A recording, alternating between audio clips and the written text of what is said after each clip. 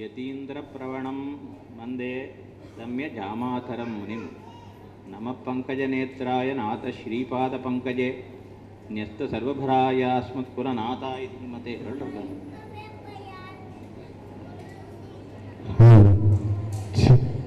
அடியன் தமிழ் வேதங்காத்த தமிழ் வேதங்காத்த உய்யக்கொண்டாருடைய 1100வது திருநட்சத்திரோத்சவத்தை முன்னிட்டு இந்த குழந்தைகளுடைய நிகழ்ச்சியானது ஏற்கனவே வித்வான்களுடைய உபன்யாசங்கள் நடைபெற்றன, ஆன்லைனிலும் நடைபெற்றன, நேரிலேயும் நடைபெற்றன ரங்கவிலாச மண்டபத்திலே. இந்த குழந்தைகளுடைய நிகழ்ச்சி வருஷா வருஷம் ஒரு தடவையோ இல்லை 2 தடவையோ கூட நடத்துகிறோம். இது உண்மையிலே நாங்கள் எம்பாருடைய 1000க்கு நடத்தணும் தான் எண்ணினோம். அது அப்பொழுது இந்த குழந்தைகளுக்கெல்லாம் லீவ் இல்லை, அது ஜனவரி மாதம் அப்போ எடுத்து, அதனால் அது நேரம் இல்லை. சரி, எந்த ஆச்சாரியாக இருந்தால் நமக்கு உத்தேசம் ஏதோ ஒரு சமயத்தில் இதை நடத்த வேண்டும்னு இப்பொழுது இது விஷயம். இதற்கு என்னவென்றால் துழாய் சுடின்னு நம்முடைய விதுஷி ஸ்ரீமதி பூமாமங்கார் ஒரு அற்புதமான ஒரு இலக்கியத்தை படைத்துள்ளார். அதாவது சமகால அறிஞர்களை உகந்து போற்றுதல் என்பது மிகவும் முக்கியம். முற்காலத்தில் இதெல்லாம் நாம் கொண்டாடுவோம். ஆனால் எப்படி ஔவையார் ஆத்திசூடி இயற்றினாரோ அதுபோல நம்முடைய பூமாமங்கார் துழாய் சுடியின் அற்புதமாக இந்த குழந்தைகளுக்காக ஒரு இலக்கியத்தை படைத்துள்ளார். ஆத்திசூடியை போலவே இருக்கும். ஆத்திசூடினா நம்ம அது பொருள் நமக்கு தெரியாது. ஆத்திப்பூ மாலை சூடி சிவபெருமான்னு அர்த்தம். துழாய் சூடினா திருத்துழாய் மாலை சூடிவனான சிவன் நாராயணன் அர்த்தம். ஆகையினாலே இது நம்முடைய சம்பிரதாய குழந்தைகள் சம்பிரதாய அர்த்தங்களை தெரிந்து கொள்ள வேண்டும். அதுவும் அருளிச்செயலிட்டே அருளிச்செயல் சந்தையை தொடுத்து எப்படி நாயனார் எப்பொழுதும் அருளிச்செயல் சந்தையை தொடுப்பரோ அதுபோல் அருளிச்செயல் சந்தையை தொடுத்து அற்புதமாக ஒரு சிற்றிலக்கியத்தை படைத்திருக்கிறார். இது அவசியம் குழந்தைகள் எல்லாம் தெரிந்து இதனுடைய அர்த்தங்களை அறிந்து அவர்கள் அனுஷ்டானத்தில் கடைபிடிக்க வேண்டும் என்பதற்காகவே இதை தரப்பாக கொண்டு இந்த வருஷம் ஒரு வருஷமும் வேற போன வருஷம் கடைசியாக நடந்த நிகழ்ச்சியில் கம்பராமாயணத்திலேருந்து ஒரு தலைப்பை எடுத்துக்கொண்டு குழந்தைகள் கம்பராமாயணத்தை ஒரு விஷயத்தை எடுத்துக்கொண்டு பேசினார்கள். இந்த தடவை இது நல்ல படைப்பாக இருக்குது, அதனால் இதை விஷயமாக கொள்ள வேண்டும் என்பதற்காக சுவாமியும் நமக்கு அறிவெழுந்துள்ள வேண்டும் என்று பிரார்த்தித்து கொண்டோம். ஆச்சரியமாக அது தொடங்குற போதே துழாய் சூடி மகிழும் மாலை குழாங்கூடி தொழுவோம் நாமே என்று இது கடவுள் வாழ்த்தோடு தொடங்கிறது. அடிமை செய் திருமாலைக்கே ஆந்தனையும் கை காட்டு இறந்தார் கினிதாக உரை இனமாய் 8 நீக்கு உய்யுமாறி எண்ணு ஊன்வாட தவம் செய்ய வேண்டா 8 எழுத்தும் வாரமாக ஓது ஏத்தி இருப்பாரை சாத்தீரு ஐயார் நெருக்காமுன் நினை ஒன்றினில் ஓதியாயிரநாமம் பணிந்தேத்து அக்காமல் 1000 கல். ரொம்ப அழகாக அருளிச்செயல் சந்தையிலிருந்தே எடுத்து கொடுத்திருப்பது ரொம்பவும் பாராட்டுதற்குரிய ஒரு இது. அதுக்கு நாம் சுவாமிக்கும் அம்மங்காருக்கும் 2 பேருக்கும் எத்தனை நன்றி சொன்னாலும் அது போதாது. சுவாமி இருவரும் எழுந்தொழ வேண்டுமென்று பிரார்த்தித்து கொண்டு இப்பொழுது நாம் இந்த நிகழ்ச்சியை தொடங்குவோம்.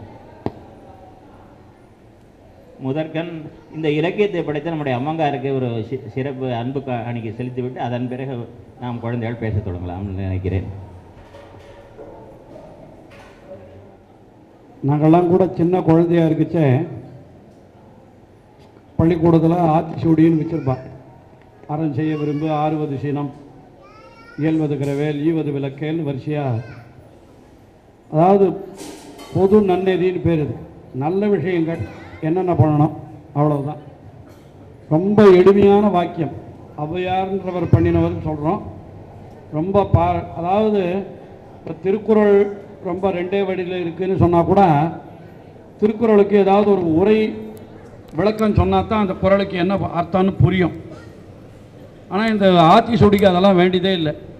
வெறும் வாக்கியத்தை படித்தாலே அர்த்தம் புரிஞ்சு போடும். சின்ன குழந்தைகளுக்கெல்லாம் புரியணுங்கிறதுக்காகத்தான் ஔவையார் அந்த மாதிரி எழுதி வச்சுருக்கா.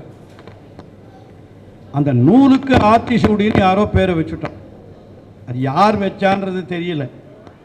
உண்மையாக சொல்ல போனால் அந்த ஆத்திசூடின்ற நூலில் இருக்கிற விஷயத்துக்கும் இந்த ஆத்திசூடின்ற தலைப்புக்கும் சம்மந்தமே இல்லை.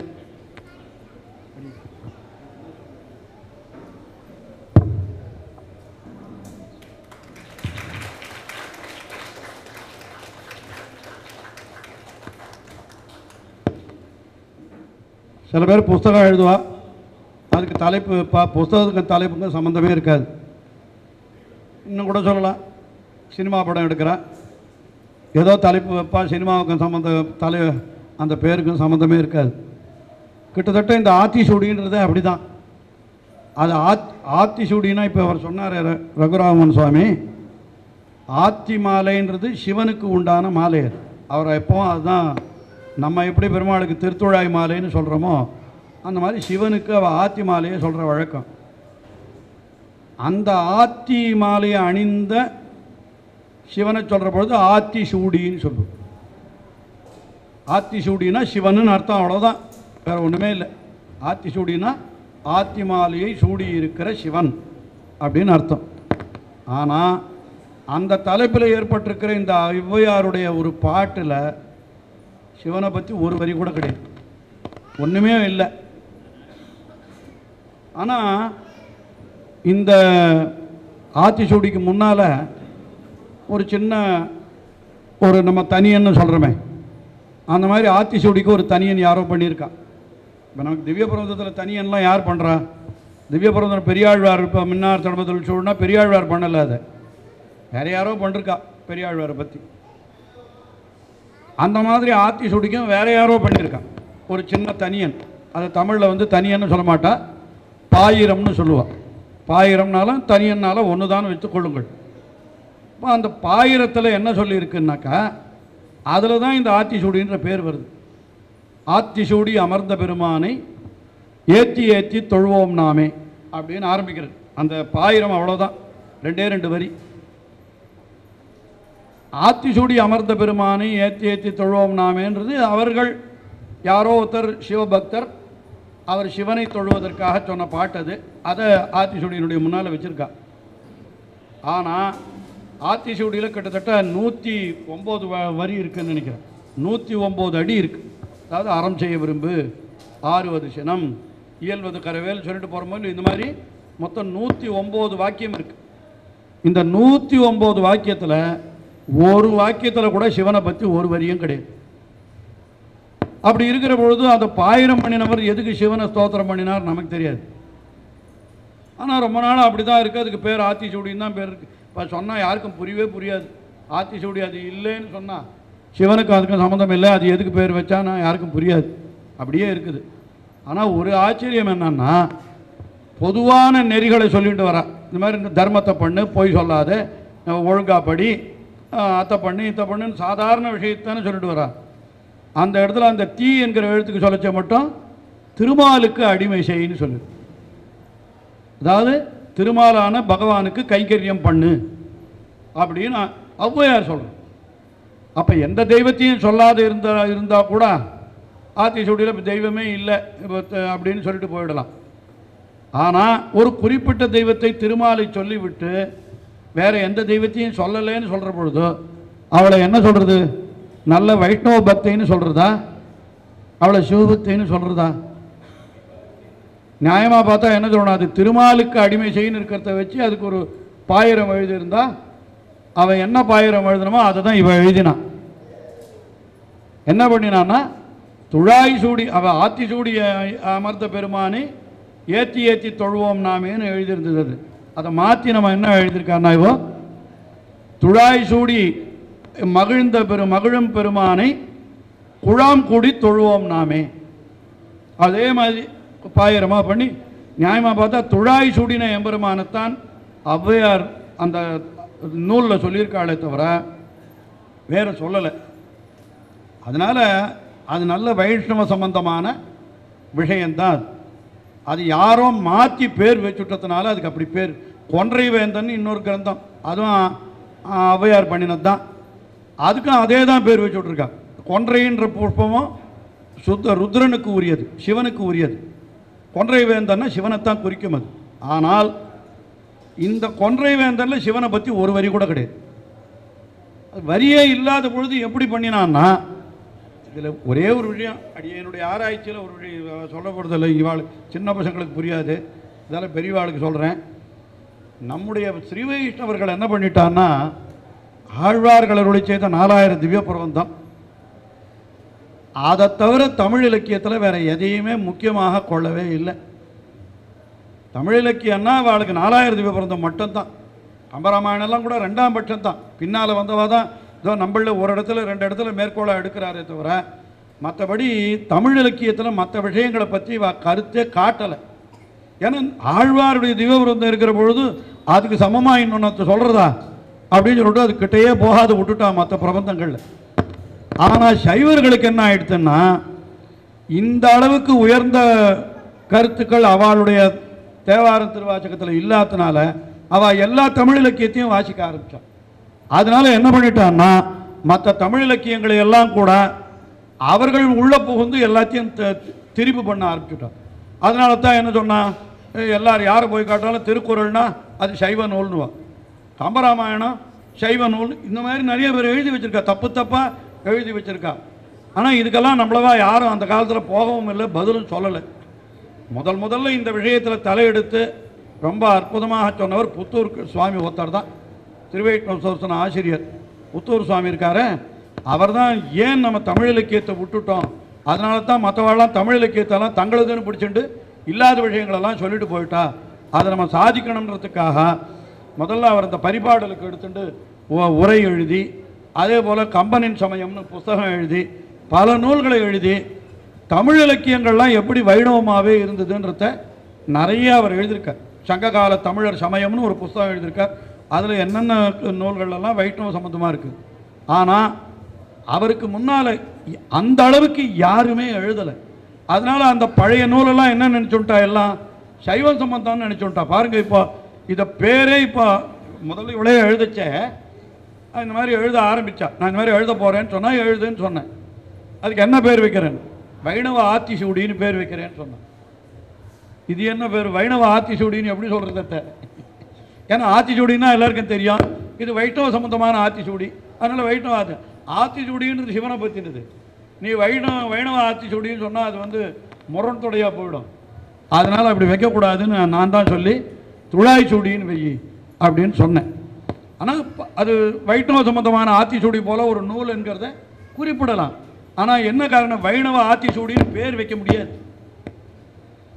ஏன் வைக்க முடியாதுன்னா, நான் சொல்கிறேனே, வெள்ளை விளையாடுன்னு இருக்கிற பையனுக்கு கருப்பன்னு பேர் வச்சா எப்படி இருக்குமோ அந்த மாதிரி இருக்கும். அது அந்த மாதிரி தான் இது இருக்கும். அதனால் அப்படி வைக்கக்கூடாதுன்னு சொல்லி மாற்றினோம்.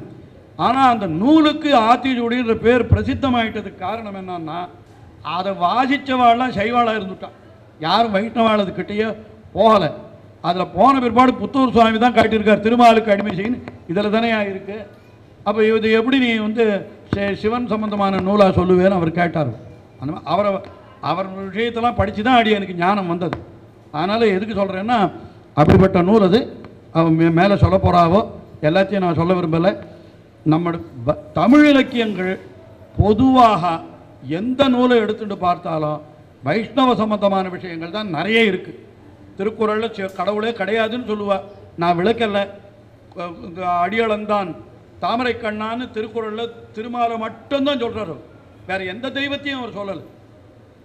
அதே போல் இன்னும் நீங்கள் பார்த்து திருக்கடுக்கம்னு ஒரு நூல், அதுக்கு ஒரு பாயிரம் பண்ணியிருக்கா, அதுவும் அப்படியே தான் பூரா திருவிக்கிரமனை பற்றி சொன்னது.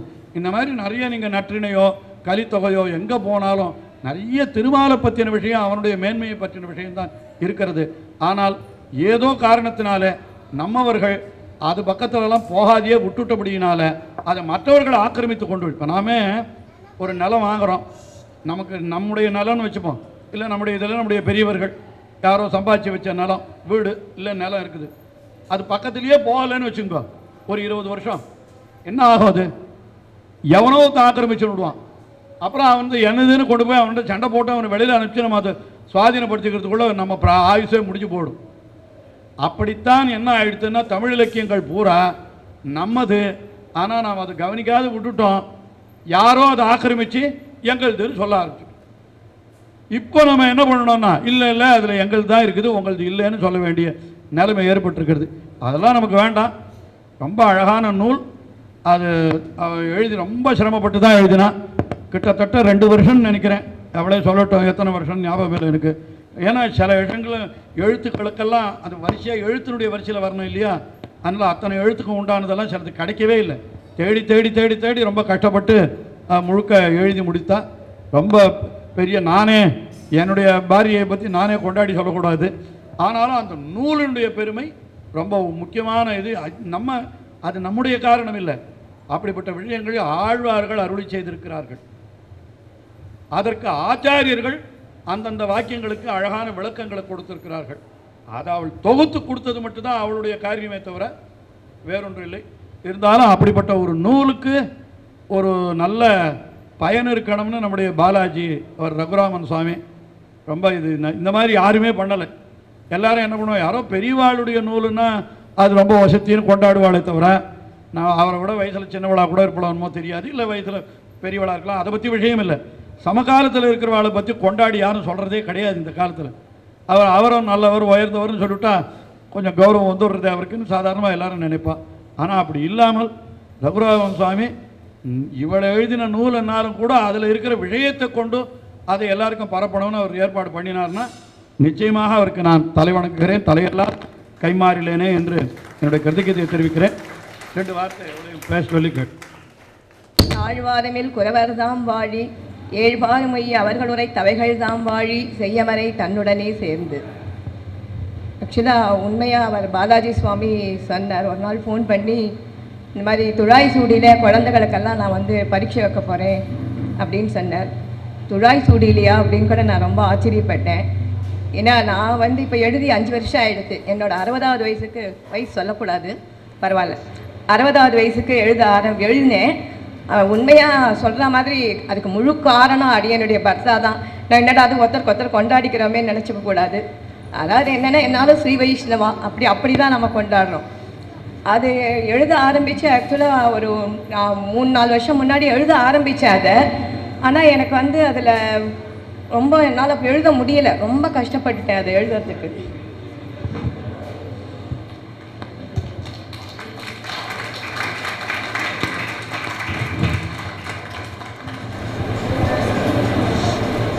சொன்ன மாதிரி முதல்ல என்ன எழுதினேன்னா அரங்கனை வணங்கு, அந்த மாதிரி தான் எழுத ஆரம்பித்தேன். அரங்கனை வணங்கு, ஆச்சாரியனை அடை, இப்படிலாம் தான் எழுத, இருடிகேசனை வணங்கு, இப்படியே எழுதின்னு வந்தேன். அப்புறம் ஒரு நாள் இவர்கிட்ட காமிச்ச போது, எதுக்கு இந்த மாதிரி எழுதுறேன், உனக்கு தான் பாசுரம் தெரியுமே, பாசுரங்களை வச்சு எழுது அப்படின்னார். அப்போ கூட நான் கேட்டேன், நான் என்ன பெரிய அழிமன்வாள பெருமாள் நாயனாரா, அதனால் முடியாது, எழுத முடியாதுன்னு. ஆக்சுவலாக உண்மையாக சொல்லணும்னா கோச்சுண்டு ஒரு வருஷம் தூக்கி போட்டுட்டேன், என்னாலாம் எழுத முடியாது அப்படின்ட்டு. அப்புறம் வைணவ ஆத்திச்சூடின்னு எழுதினேன். அதுக்கு வைணவ ஆத்திச்சூடின்னு எழுதக்கூடாது, நான் எதுக்கு வைணவ ஆத்திச்சூடின்னு எழுதினேன், ஆத்திச்சூடி எல்லாருக்கும் தெரியும், நம்ம வைஷ்ணவ சம்பிரதாயமாக இருக்கிற ஆத்திச்சூடின்றதுனால வைணவ ஆத்திச்சூடின்னு பேர் போட்டேன். அப்பவும் வந்து இவர் வந்து அதெல்லாம் எழுதக்கூடாது, நமக்கு நீ எதுக்கு வைஷ்ணவ ஆத்திச்சூடி அப்படின்னார். அதுக்கப்புறம் சரி 2 முட்டி தடை வரவே அப்படியே தூக்கி போட்டுட்டேன். அப்புறம் பார்த்துக்கலாம் அப்படி. ஆனால் அது என்ன ஆயிடுதுன்னா, அந்த தமிழில் இருக்கிற ஆர்வத்தினால எப்படி யோசனை பண்ணி படுத்துட்டே இருக்கச்சு, அதாவது யோசனை வந்துட்டே இருந்தேன்னா சரி எழுத ஆரம்பிக்கலாம்னு ஆரம்பித்த பொழுது நிஜமாவே 109 ஔவையார், ஆனால் 108 தான் நம்ம சம்பிரதாயம் முக்கியமான என்னன்றதுனால அதை எழுதணும்னு அப்படி எழுத ஆரம்பித்த போது என்ன ஆயிடுச்சுன்னா, நிறைய இடத்துல பாசுரங்களுடைய அர்த்தம் வந்து கொஞ்சம் நீளமாக போயிருந்து. அப்போ மாப்பே ஸ்ரீனிவாசன் ஒருத்தர், அவர் சிவகங்கையில் இருக்கார், அவர் ஒரு வாட்டி அவர்கிட்ட காமிச்ச போது அவர் என்ன சொன்னார்னா, இல்லை நீ இவ்வளோ பெருசு எழுதக்கூடாது, நீ வந்து ஆழ்வார் பாசுரங்களுக்காக நீ இவ்வளோ பெருசு எழுதுற, ஆனால் அந்த மாதிரி எழுத வேண்டாம், அது சின்னதாக இருக்கணும், நீ எழுதுகிற வார்த்தை சின்னதாக. ஔவையார் அப்படி தான் எழுதினா, ஆகையினால அந்த வார்த்தை சின்னதாக இருக்கணும், பசங்க படிக்கிற பொழுது அந்த பசங்களுக்கு மனசில் படியணும் அப்படின்னு உடனே அரங்கனார் காட்சை அதை சில இடங்கள்லாம் அப்படியே திருத்தி கொடுத்தார், 2-3 இடம் திருத்தி கொடுத்தார். அதுக்கப்புறம் நானே என்ன பண்ணேன்னா, சரி அதே எழுத ஆரம்பித்தேன். அதில் என்ன எழுத்துன்னா, அதில் 5 விதமான விதிகள் நான் போட்டுக்க வேண்டியிருந்தது. ஏன்னா இதை பண்ணணும், இதை பண்ணக்கூடாது, அது சின்னதாக இருக்கணும், அது மனப்பாடத்துக்கு வரணும், எவ்வளோலாம் இப்படிலாம் நிறையா இருக்கிறதுனால ரொம்ப ரொம்ப ரொம்ப கஷ்டப்பட்டு தான் எழுதினேன். உண்மையாக இவர் சொன்ன மாதிரி ரொம்ப கஷ்டப்பட்டு தான் எழுதினேன். ஏன்னா அது துழாய் சூடின்னு பேர் மாத்திரம் மாற்றிட்டேன். அதை இவர் சொன்னால் இல்லையா, நம்முடைய கணவன் சொன்னால் கேட்காம இருக்க முடியுமா, அதனால் பேரை மாற்றிட்டேன் துழாய் சூடின்னு. ஆனால் எழுதுறதுக்கு ரொம்ப கஷ்டப்பட்டு தான் எழுதினேன். அப்புறம் 105 வரைக்கும் எழுதிட்டேன். கடைசி 3க்கு என்ன எழுதுறதுன்னு தெரியல, என்ன எழுதலாம் எதை எழுதலாம். நமக்கு ஆழ்வார் எம்பெருமானார் ஜியர் திருவடிகளே சரணம்னு சொன்னதுனால நம்மாழ்வாரை பற்றி, அதுக்கப்புறம் மணவாள மாமணிகள், எம்பெருமானார் ராமானுஜர் மணவாள மாமணிகள்னு அப்படி தான் கொண்டு போய் முடித்தேன். அது உண்மையாக அது இலக்கணத்துக்கு சேருமா சேராதா அதெல்லாம் எனக்கு தெரியாது. ஆனால் 108 எழுதணும், சம்பிரதாயமாக எழுதணும்னு. இப்போ கூட துழாய் சூடின்னா எல்லாரும் வந்து வாங்கின்னு போகிறா புக்கு. ஆனால் எல்லாரும் என்ன கேட்குறான்னா, ஆண்டாளை பற்றி எழுதியிருக்கேளா, அப்படிதான் கேட்குறான். துழாய் சூடின்றதுனால ஆண்டாளை பற்றி எழுதியிருக்கேளா? இல்லை இல்லை, நான் வந்து 4000 திவ்ய பிரபந்தத்தில் இருக்கிற வார்த்தைகளை கொண்டு தான் எழுதியிருக்கேன் அப்படின்னு நான் சொன்ன உடனே அதுக்கு அப்புறம் வெறுமை அரங்கனார் காட்சை ஆந்தனையும் கை காட்டு உயும் இது இறந்தார்க்கு இனிதாக உரை ஈனமாய 8 நீக்கு உயும் 6 எண்ணு இப்படியே இப்போ பண்ண யாருக்கு என்ன புரியும்? ஊன் மல்கி மோடு வறுக்காதே 8 எழுத்தும் வாரமாக ஓதுன்னா 8 எழுத்துன்றது யாருக்கு என்ன தெரியும்? எதுவுமே யாருக்குமே தெரியும். அரங்கனார் காட்சைன்னா அது ஏதோ பெருமாள் அரங்கன்னு பேர் தெரியும், மீதி பேருக்கெல்லாம் ஒன்றுமே தெரியாது. இப்போ ஈனமாய 8 நீக்குன்னா அது என்னது? ஆழ்வார் பாசனத்தில் ஈனமாய 8 நீக்கின்னு ஆழ்வார் திருச்சந்த விருத்தத்தில் வருது. அப்போ ஈனமாய 8 நீக்குன்னா என்ன அர்த்தம்னு யாருக்கும் தெரியாது. அதனால என்ன பண்ணேன்னா முதல்ல ஒரு வரியில் அதுக்கு அர்த்தம் முதல்ல ஒரு வரியில் எழுத ஆரம்பித்தேன். மறுபடி இவர் வந்து என்ன சொன்னார்னா, இல்லை இல்லை அது எழுதினா கூட போராது, நீ வந்து என்ன பண்ணணும்னா அதுக்கு ஒரு தகுதியாக ஒரு ஏதாவது ஒரு ஐதீகம் இருந்தால் அதை எடுத்து போட்டேன்னா இன்னும் நல்லா ரீச் ஆகும் அப்படின்னு சொன்னேன். ஏன்னா இவருடைய வாழ்வும் வாக்கும் புக்கை வச்சுட்டு அது எந்தெந்த இதுக்கு எந்தெந்த பதத்துக்கு எந்தெந்த ஐதீகங்கள்லாம் வருமோ அதெல்லாம் பார்த்து பார்த்து பார்த்து பார்த்து போட்டேன். இப்போ 8 எழுத்தும் வாரமாக ஓதுன்ற இடத்துல அந்த ஓம் நமகா நாராயணாயன்ற எழுத்த சொல்லணும். அதுக்கு எங்கேயும் ஒன்றும் ஒரு ஐதீகங்கள்லாம் ஒன்றும் கிடைக்கல. ஆனால் செவி வழியாக நம்ம என்ன சொல்லியிருக்கோம்னா, இப்போ யாரோ ஒருத்தர் படுத்துட்டு இருந்தான், ரொம்ப படுத்த படுக்கையாக இருந்தான். அப்போ அவனை வந்து அவன் ரொம்ப நாஸ்திகன். அப்படி நாஸ்திகனாக இருக்கிறவனை பார்த்து நீ வந்து இந்த மாதிரி போகிற காலத்துக்கு புண்ணியத்தை தேடிக்கோடா, ஏதோ போகிற காலத்தினால இப்படியோ போனாமனா இருந்துட்டேன், ஒரு ஓம் நமகா நாராயணாயன்னு சொல்லி நாராயண நாமத்தை சொல்லு அப்படின்னு சொன்னால் அவன் என்ன பண்ணா கடைசி வரைக்கும் சரி ஆமாகில் பார்க்கலாம் சரி ஆமாகில் பார்க்கலாம்னு அதை எண்ணி பார்த்தாலும் 8 எழுத்து தான். அதை கடைசியில் என்னாச்சுன்னா அவன் அப்படியே பரவரிச்சுட்டான்னு அதெல்லாம் எழுதி வச்சிருக்கான். அதெல்லாம் செவி வழியாக கேட்ட சில கதைகளெல்லாம் வச்சு. ஆனால் ஐதீகங்கள் நிர்வாகங்கள் இதை கொண்டு இந்த புஸ்தகத்தை எழுதணும்னு ரொம்ப இவர் தான் ரொம்ப பிடிவாதம். ஆக்சுவலாக நான் எழுதுறதுக்கு முழு காரணம் இவர் தான். ஏன்னா அதுக்கு முன்னாடியே குழந்தைகளுக்காக ஆழ்வார்கள் கதைகள் ஆச்சாரியர்கள் கதைகள்லாம் எழுதியிருந்தேன். அப்புறம் முமுட்சுப்படி ஸ்ரீவசன பூஷணம் இதுக்கெல்லாம் டைலாக் மாடலில் எல்லாமே குழந்தைகள் கேட்குற மாதிரி தான் எழுதியிருந்தேன். அந்த மாதிரி நீ எழுது புரியும் அப்படின்னு சொல்லி ஊக்கமளித்தது இவர் தான். அப்போ அது ஒரு புஸ்தகமாக வந்து இது துழாய் சூடின்னு ஒரு புஸ்தகமாக வந்தது. அது எம்பெருமானுடைய கிருபை அரங்கனுடைய கிருபை தான். ஏன்னா ஆரம்பிக்கிற பொழுது அரங்கனார் காட்சைன்னு தான் ஆரம்பிக்கிறேன். ஆகையினால எம்பெருமானுடைய திருவரங்கனுடைய கிருபை தவிர வேறொன்றும் இல்லைன்றது ஒரு சந்தேகமும் இல்லை.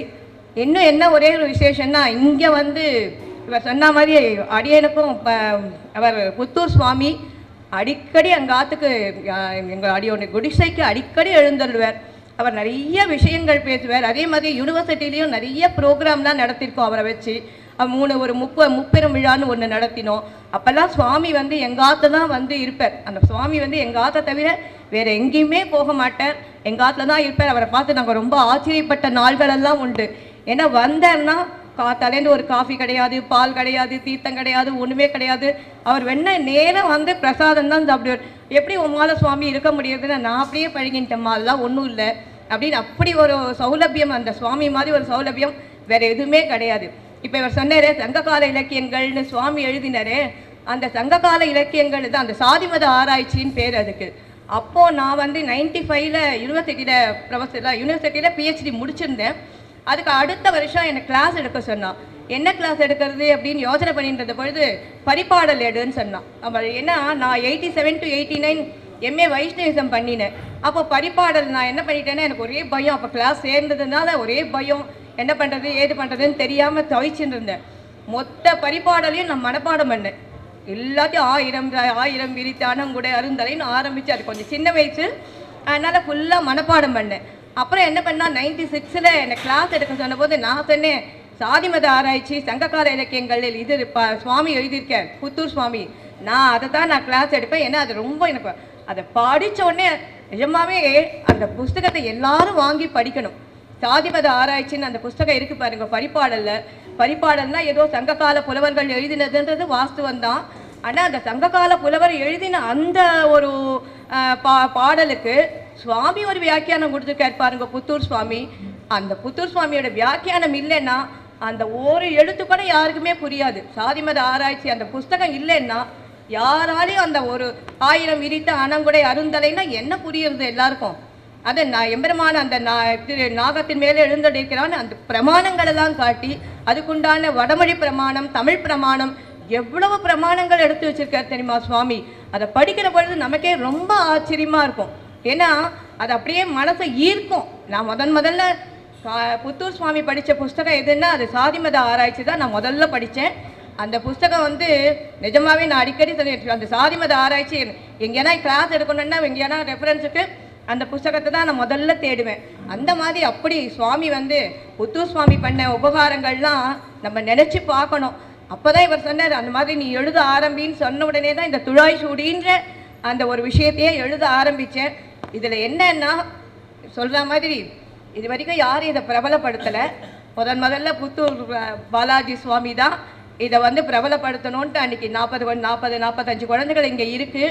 அதனால் அந்த குழந்தைகளுக்கு நான் சொல்லி கொடுத்து நான் பரிசு வைக்கிறேன்னு சொன்னோடனே ரொம்ப சந்தோஷமாயிடுச்சு. யோசனை பண்ணி பாருங்க, நம்ம ஒரு புஸ்தகம் எழுதினா அதை பற்றி 4 பேர் சொல்கிற பொழுது நமக்கு எவ்வளோ ஒரு சந்தோஷம் ஏற்படும். அந்த புஸ்தகத்தினால இல்லை, அது எம்பெருமானுடைய கிருப்பை, எம்பெருமானை பற்றின புஸ்தகம் அது. இப்போ நாம் எழுதுன கண்ணா பின்னா கதை எழுதினா அதை யார் கேட்க போகிறா? அப்படி இல்லை, எம்பெருமானை பற்றின புஸ்தகம். அதுவும் திருவரங்கனுக்கு ஆரம்பிக்கிற பொழுதே அரங்கனுக்கு ஆட்சை அப்படின்னு ஆரம்பிக்கிறது. அப்படிப்பட்ட அந்த அரங்கனுக்கு ஆட்சின்னு ஆரம்பிக்கிற அந்த புஸ்தகத்தினுடைய முதல் வரியில இந்த அரங்கனுடைய சந்நிதியிலேயே இது நிறைவேறினா எவ்வளோ ஒரு சந்தோஷம் பாருங்க. உங்களை தான் பார்த்தா எனக்கு ரொம்ப பொறாமையாக இருக்குது. இந்த குழந்தைகளை தான் பார்த்தா எனக்கு ரொம்ப பொறாமையாக இருக்குது. நாங்கள்லாம் இந்த மாதிரி சின்ன வயசுல இந்த மாதிரி இப்படி உங்களுக்கு ஒரு சுவாமி பாலாஜி சுவாமின்னு ஒருத்தர் கிடச்சி அவர் இதெல்லாம் உங்களுக்கு சொல்லி கொடுத்து நாங்கள்லாம் குழந்தையா இருக்க இதெல்லாம் எங்களுக்கு கிடைக்கலையே இல்லையா? நாங்களும் தானே குழந்தையா இருந்தோம், எங்களுக்கு இதெல்லாம் கிடைச்சிதா? ஒன்றுமே கிடைக்கலையே. ஆனால் உங்களுக்கெல்லாம் ரொம்ப அதிர்ஷ்டம். ஏன்னா அந்த சுவாமியும் புத்தூர் சுவாமிகிட்டேயே இருந்து நிறையா எத்தனையோ அவர் இப்போ ஸ்ரீசைல ஜெயா பாத்திரம் அந்த புஸ்தகம் எவ்வளோ அழகாக வருது தெரியுமா?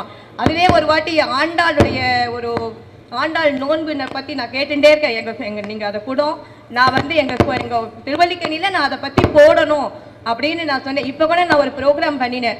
அதாவது என்னென்னா செல்வ சிறுமியர்கள்னு ஒரு ப்ரோக்ராம் பண்ணினேன். குழந்தைகள் மாத்திரம்தான் சேரணும், ஒன்லி பொம்மநாட்டி குழந்தைகள் மாத்திரம்தான் சேரணும்ன்ட்டு, வேற யாரும் சேரக்கூடாது. புருஷ பசங்கள்லாம் வந்து கேட்டுது, புருஷாளுக்கெல்லாம் எப்படியோ சான்ஸ் கிடைக்கிறது, எங்கள் பெண்களுக்கு தான் சான்ஸ் கிடைக்கிறது, அதையும் குட்டி பசங்களுக்கு சான்ஸே கிடைக்கிறது இல்லைன்றதுக்காக செல்வ சிறுமியர்கள்னு ஒரு ப்ரோக்ராம் நடத்தி அந்த செல்வ சிறுமியர்கள்னு அந்த ப்ரோக்ராம் நடத்தி ஒரு 10 குழந்தைகள் ஒரு பாசுரம், அதாவது மார்கழிங்கள்ட்டு ஆரம்பித்து 10 பாசுரங்கள். அடுத்த வருஷம் அதுக்கு இதான் இப்போ இந்த போன மார்கழியில் பண்ணேன். அடுத்த வருஷம் 11வது பாசத்தை 20வது பாசனம் ஒரு 10 குழந்தைகளை தயார் பண்ணணும். இப்படி தான் மனசில் பிளான் பண்ணிட்டு இருக்கேன். என்னென்னா மீறி புருஷால குறை சொல்லேன்னு நினச்சிக்காதீங்க. புருஷானுக்கு எப்படி இருந்தாலும் ஒரு சான்ஸ் கிடைச்சிடுறது. இந்த பொம்மநாட்டி பசங்களுக்கு தான் எந்த சான்ஸுமே கிடைக்க மாட்டேன்றது. ஏன்னா அந்த ஸ்கூலு அது இது கொஞ்சம் நம்ம அந்த காலத்தில் இருந்ததுனால நம்மளெல்லாம் கொஞ்சம் அடக்கினா நான் அப்படி சொல்ல மாட்டேன். ஏன்னா புருஷாலாம் அடக்கி வச்சிருந்தான்னு சொல்கிறாரு. அப்படின்னு பெண்கள்லாம் ரொம்ப மென்மையானவர்கள்ன்றதுனால அவர்களை ரொம்ப வருத்தப்படுத்தக்கூடாது, அவர்கள் வருத்தம் அடையக்கூடாதுன்றதுக்காக கொஞ்சம் மென்மையாக பார்த்துட்டா.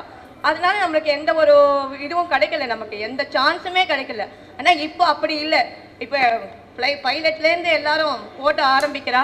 ஆகையினால அப்படிப்பட்ட இந்த ஒரு திருவரங்கன் சந்நிதியில் இப்படி திருவாய் சூடியை பற்றி அவர் புத்தூர் பாலாஜி சுவாமி பண்ணினது அடியனுக்கு ரொம்ப ரொம்ப சந்தோஷம். நீங்கள்லாம் அதை மனப்பாடமாக சொல்கிறீங்களா? மனப்பாடமாக சொல்லலாம் எல்லாரும்? எத்தனை வரைக்கும்?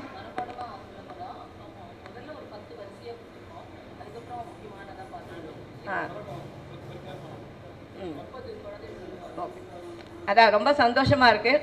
உங்களெல்லாம் பெருமாள் நிச்சயமாக உங்களுக்கு நல்ல இடத்துல கல்யாணமாகி நல்ல இடத்துல ஒரு நல்ல பர்த்தா கிடச்சி நீங்கள் எல்லாரும் எம்பெருமானுடைய திருவடிகளில் கைங்கரியம் பண்ணிட்டு இருக்கணும்னு எம்பெருமானுடைய திருவடிகளிலேயே பிரார்த்திச்சுக்கிறேன்.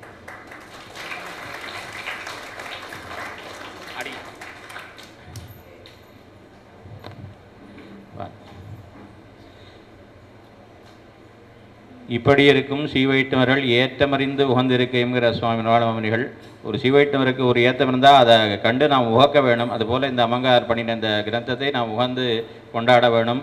புராணமித்தியவ நசாது சர்வம் நச்சாபி காவியம் நவமித்யவத்தியம்னா மகாகவி காளிதாசன். பழைய காலத்தில் வந்ததுங்கிறதுனால மட்டும் எல்லாம் வசந்தது, புதிதாக ஏற்றப்பட்டது என்பதனால ஒரு நூலானது தாழ்ந்ததுன்னு ஆயிடாது, அதற்குண்டான பெருமை உண்டு என்று சொல்கிறான். அந்த ரீதியிலே மிகவும் கொண்டாடத்தக்க நூலை ஏற்றிய நம்முடைய அமங்காருக்கு மீண்டும் மீண்டும் பிரணாம பிரசுரமாக நன்றியை தெரிவித்துக் கொள்கிறோம். அடுத்து குழந்தைகள்லாம் காத்து கொண்டிருக்கிறார்கள், அதனால் குழந்தைகள் வார்த்தை சொல்லலாம் என்று தெரிவிக்கிறேன். யார் முதல்ல வரான் பார்க்க? அடியேன் முதல்ல சிரஞ்சீவி அக்ஷரன், அடிமை செய் திருமாலுக்கே. ராமானுஜா.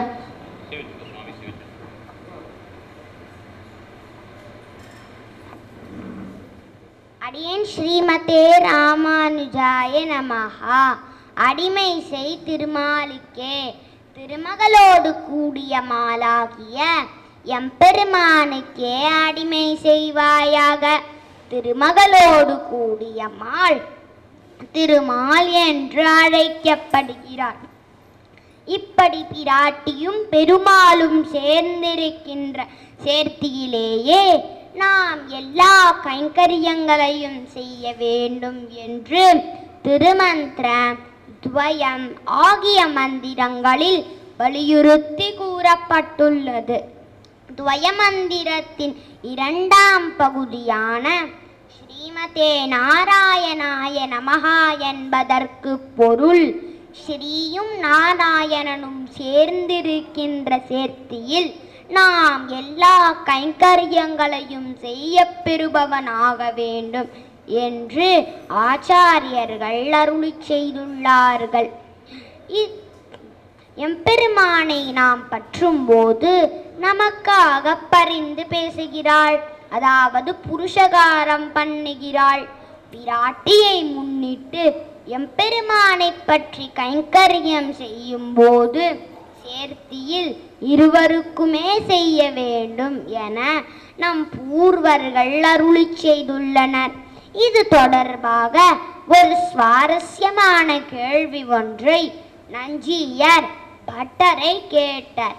எம்பெருமானுக்கு இந்த ஆத்மா அடிமைப்பட்டது, அவன் இவ்வாத்மாவிற்கு தலைவன்.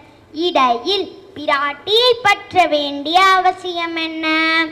பட்டர் அருளி செய்தார், உலகத்துக்கெல்லாம் தாயானவள் சீதா பிராட்டி, காகாசுரன் ராவணன் இருவருமே பிள்ளைகள், ஒரே விதமான சம்பந்தத்தை உடையவர்கள். இருவரும் ஒரே விதமான தவற்றை தான் செய்தார்கள். தாயான பிராட்டியிடம் காமம் கொண்டார்கள். ராவணன் ஒரு சாபம் காரணமாக பிராட்டியின் திருமேனியில் தீங்கு விளைவிக்கவில்லை.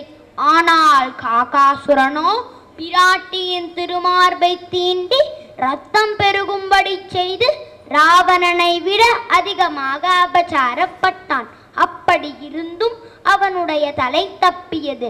ஆனால் ராவணனோ தலையறுப்புண்டான். இதற்கு என்ன காரணம் தெரியுமா? காகாசுரன் அபச்சாரப்பட்டது பெருமாளும் பிராட்டியும் சேர்ந்து இருக்கின்ற நிலையிலே. ஆனால் ராவணனோ பிராட்டியை பெருமானிடமிருந்து பிரித்து விட்டான். ராமபிரான் எய்த பாணத்திலிருந்து தப்பிப்பதற்காக பறந்து ஓடிய காகாசுரன் கடைசியில் பறப்பதற்கு சக்தியின்றி செயல்மாண்டு ராமபிரான் திருவடிகளில் வீழ்ந்த போது பிராட்டி புருஷகாரத்தால் அவன் வதம் செய்யப்படாமல் தப்பி பிழைத்தான். ராவணனோ இறப்பதற்கு முதல் நாள் போரில் தன்னுடைய வில்லை எறிந்துவிட்டு செயல் மாண்டு நின்ற போது அந்த நிலையானது அவன் உயிரை காத்து கொள்ள பயன்படவில்லை. அந்த நேரத்தில், அதாவது போர்க்களத்தில் பிராட்டி இல்லை. அதனால் தலையறுப்புண்டான். பிராட்டி புருஷகாரத்தால் காகாசுரன் பிழைத்தான்.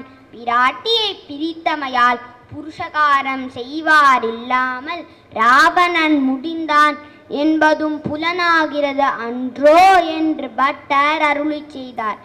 அவள் சந்நிதியாலே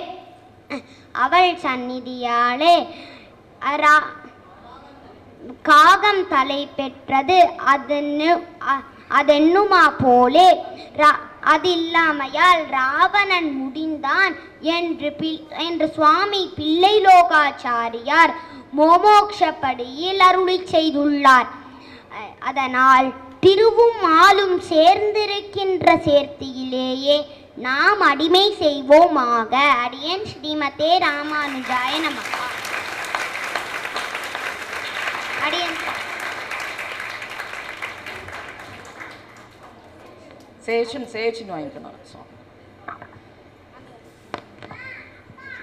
அடுத்ததாக கேசவன் கீர்த்தியே கேள் செல்வி வைணவஸ்ரீ. மைக் வாங்கி அடுத்த குழந்தைகிட்ட கொடுக்கணும், சரியா? அடியேன் ஸ்ரீமதே ராமானுஜாய நமக. ஆழ்வார் எம்பெருமானார் ஜிய திருவடிகளே சரணம். ஜிய திருவடிகளே சரணம். ஆச்சாரிய திருவடிகளே சரணம். இப்படி ஸ்ரீயா பிடிச்சோ, இப்படி பிடிச்சோ. கேசவன் கீர்த்தியே கேள். காது படைத்த பிரயோஜனத்துக்கு சேர கேசவனுடைய பெருமைகளையே கேட்பாயாக. கேட்பார்கள் கேசவன் கீர்த்தி அல்லால் மற்றும் கேட்பரோ? கேட்பார் செவிசுடு கீழ்மை வசுவகளேவையும் சேர்ப்பா பழப்பகை வஞ்சிசுபாலன் திருவடித்தாட்பால் அடைந்த தன்மை அறிவாரை அறிந்துமே. ஸ்ரீயப்பதியாய் ஸ்ரீ வைகுண்ட நிவாசியான எம்பெருமான் பரமபதத்தில் இருக்கும் நித்தியர்களோடும் முக்தர்களோடும் மகிழ்ச்சியாக கூடியிருந்தார். அதாவது ஆதிசேஷன், கருட ஆழ்வார், விஸ்வக்சேனர் இவர்களோடு மகிழ்ச்சியாக கூடியிருந்தார். நித்தியர்களோடும் முக்தர்களோடும் மகிழ்ச்சியாக கூடியிருந்தாலும் பெருமாளுக்கு ஒரே வருத்தமா. ஏன் வருத்தமா? நாமெல்லாம் ஜீவாத்மாக்கள்லாம் பெருமாளை திருவடி அடைய முடியறதுனால ரொம்ப கஷ்டப்பட்டுட்டு இருக்கோமா. அதனால பெருமாளுக்கு ரொம்ப வருத்தமா. அதனால என்ன பண்றாருன்னா, நம்மளுக்கு உடலையும் கண் காது மூக்கு வாயையும் கொடுக்குறாரு, போன்ற இந்திரியங்களை கொடுக்குறாரு. ஏன் கொடுக்குறாரு? கண்ணால நம்ம கண்ணனையே பார்க்கணும், வாயால் நம்ம பெருமாளை நாமங்களையே பாடணும், காதால நம்ம பெருமாளை பெருமைகளையே கேட்கணும் அப்படின்னு கொடுத்தாரு. காதால நம்ம வேற எதுவுமே கேட்கவே கூடாதான், பெருமாளுடைய பெருமைகளை மட்டுமே கேட்கணுமா. தொண்டர்கினியானை கேளா செவிகள் செவியல்ல கேட்டோமே என்று பக்தர்களுக்கு இனிமையான எம்பெருமானை பற்றி கேட்காத காதுகள் காதுகளே அல்ல என்று திருமங்கையாழ்வாரும் அருளி செய்துள்ளார். ஒரு சின்ன ஐதீகம். கூரத்தாழ்வான் சின்ன பிள்ளையாக இருக்கும் பொழுது விளையாடிவிட்டு வீட்டிற்கு தாமதமாக வந்தார். அவருடைய தந்தை ஆழ்வார், ஏன் என்று தாமதமாக வந்தீர் என்று கேட்டார். அதற்கு ஆழ்வான், யாரோ ஒருவர் இஷ்ட சித்தி என்கின்ற சாங்கிய மதுரை பற்றி சொல்லிக் கொண்டிருந்தார். அதை நான் கேட்டுவிட்டு வந்ததனால் தாமதமாகி விட்டது என்று கூறினார். அதை கேட்டு அவருடைய தந்தை ஆழ்வார், புலையரமாக நின்ற புத்தோடு சமணமெல்லாம் கரையற கற்றமாந்த காண்பதோ கேட்பதோ தாம் என்று கூறி ஆழ்வானை தீர்த்தமாடச் செய்து ஸ்ரீபாதம் தீர்த்தம் கொடுத்து பரிசுத்தமாக்கிய பின் வீட்டுக்குள் அனுமதித்தார். அழகான கூந்தலை உடைய கேசவனுடைய பெருமைகளையே கேட்க வேண்டும். கேசவ கிளேச நாசனக அண்டுலகும் ஈரடியார் முறை நிரம்பாவகை முடிய தாவிய செவ்வடி செப்ப தம்பியுடன் கால் போந்து சோவகனும் போல் மடிய தொல்லிலங்கை கட்ட விழுந்து சேவகன் சீர்கேழாத செவி என்ன செவியே திருமல் சீர்கேழாத செவி என்ன செவியே. ஆழ்வார் எம்பெருமானார் ஜிய திருவடிகளே சரணம். ஜிய திருவடிகளே சரணம். ஆச்சாரியா திருவடிகளே சரணம்.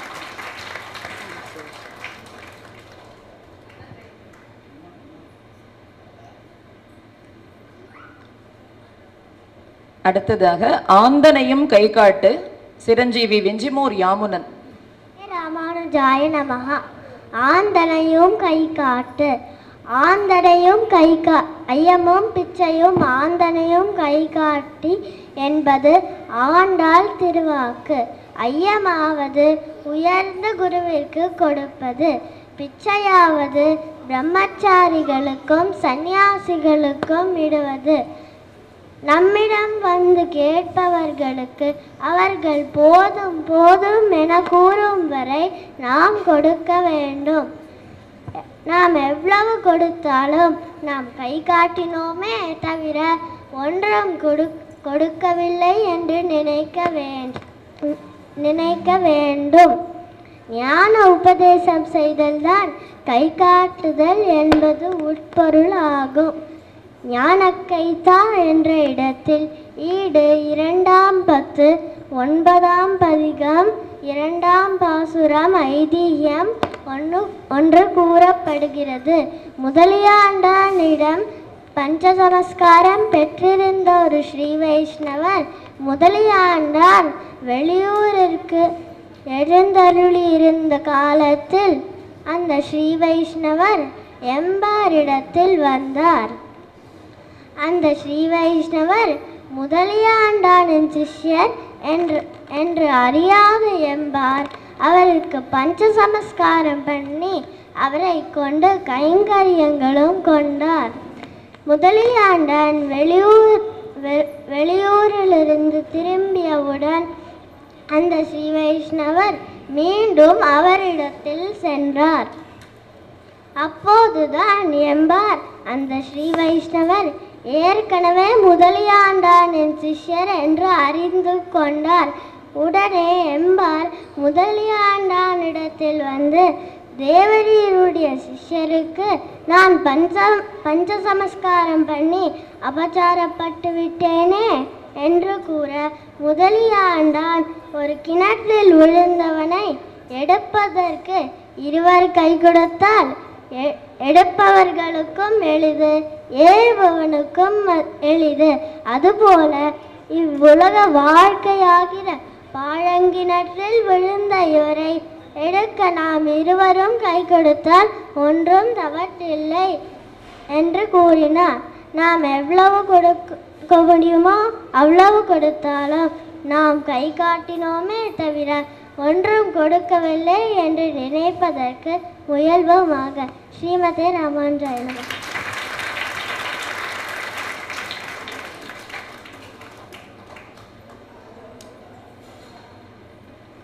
அடுத்ததாக இறந்தார்க்கு இனிதாக உரை செல்வி ரங்கநாத பிரியா.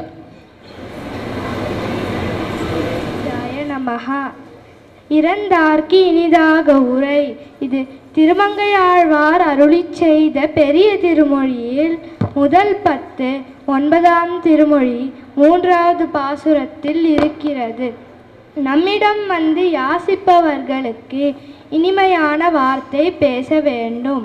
நாம் எல்லோரும் இந்த உலகத்தில் விரும்பி பணக்காரர்களாகவோ ஏழைகளாகவோ பிறப்பதில்லை. அவரவர் முன் செய்த கருமவினைப்படி பணக்காரர்களாகவோ ஏழைகளாகவோ பிறக்கிறோம். அதில் நாம் ஒருவருக்கு கொடுக்கும் நிலையில் இருந்தோம்னால் அதை பார்த்து சந்தோஷப்பட வேண்டும். ஒருவன் நம்மிடம் வந்து, எனக்கு பசிக்கிறது, ஏதாவது தாருங்கள் என்று கேட்டால் நாம், என் கையில் ஒன்றும் இல்லை, மற்றொரு முறை வந்தால் பார்க்கலாம் என்று கடுமையாக சொல்லாமல் இனிமையாக சொல்ல வேண்டும். நம்மிடம் வந்து யாசித்தவன், இந்த பாவியிடம் வந்து யாசித்தோமே என்று வாழ்நாள் முழுவதும் நினைக்காதபடி கடுமையாக சொல்லாமல் இனிமையாக சொல்ல வேண்டும். நம்மால் கொடுக்க இயலவில்லை என்பதையும் கடுமையாக சொல்லாமல் நயமாக சொல்ல வேண்டும். நம் வாக்கை கட்டுப்படுத்த வேண்டும் என்று நம் பூர்வாச்சாரியர்கள் தெரிவிக்கிறார்கள். அதன்படி கூரத்தாழ்வானின் சரித்திரத்தில் ஒரு நிகழ்ச்சி மூலம் தெரிந்து கொள்ளலாம். கூரத்தாழ்வானின் சீடர் பிள்ளை ஆழ்வான். அந்த பிள்ளை ஆழ்வான் உயர்ந்த குடியில் பிறந்தவர். அவர் பாகவதர்களிடம் பணிவில்லாமல் கடுமையாக பேசுபவராக இருந்தார். அதனால் மிகவும் அபச்சாரப்பட்டிருந்தார்.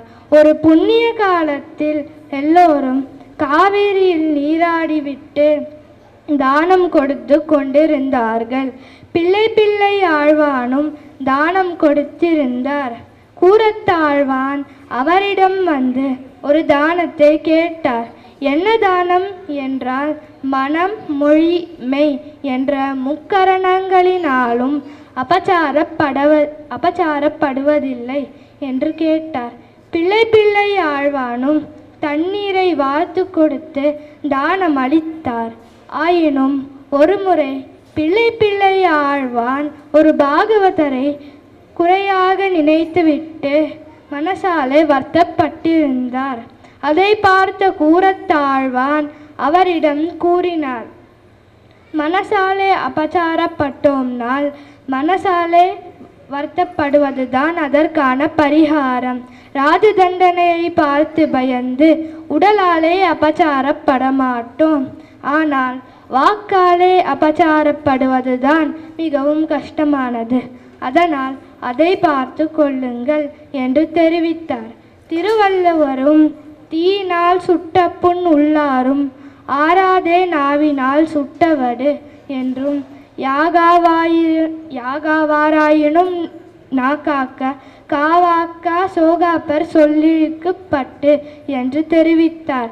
அதன்படி நாமும் யாரிடமும் கடுமையாக பேசாமல் இனிமையாக பேச வேண்டும். நன்றாக பேசினாள். இந்த வரிசை கிரமம்னு ஒன்று இருக்குது. இந்த வரிசை கிரமம் இருந்தாலும் ஒரு குழந்தை கோயம்புத்தூர்லேருந்து வந்திருக்கா. அவள் குடிசைக்கு இன்றைக்கி பெரிய நம்பி சுவாமி ஆச்சாரியர் எழுதுறாரு. இன்றைக்கி அங்கே சுவாமி எங்கள் கோயம்புத்தூர் எழுதுறார். அதனால கொஞ்சம் முன்னாடி இந்த குழந்தை பேசிட்டு கிளம்பணுங்கிற சாயங்காலத்துக்குள்ளார. பேசிட்டாடா குழந்தை வந்து வாங்க. அடி ஒரு நிமிஷம் வழியில்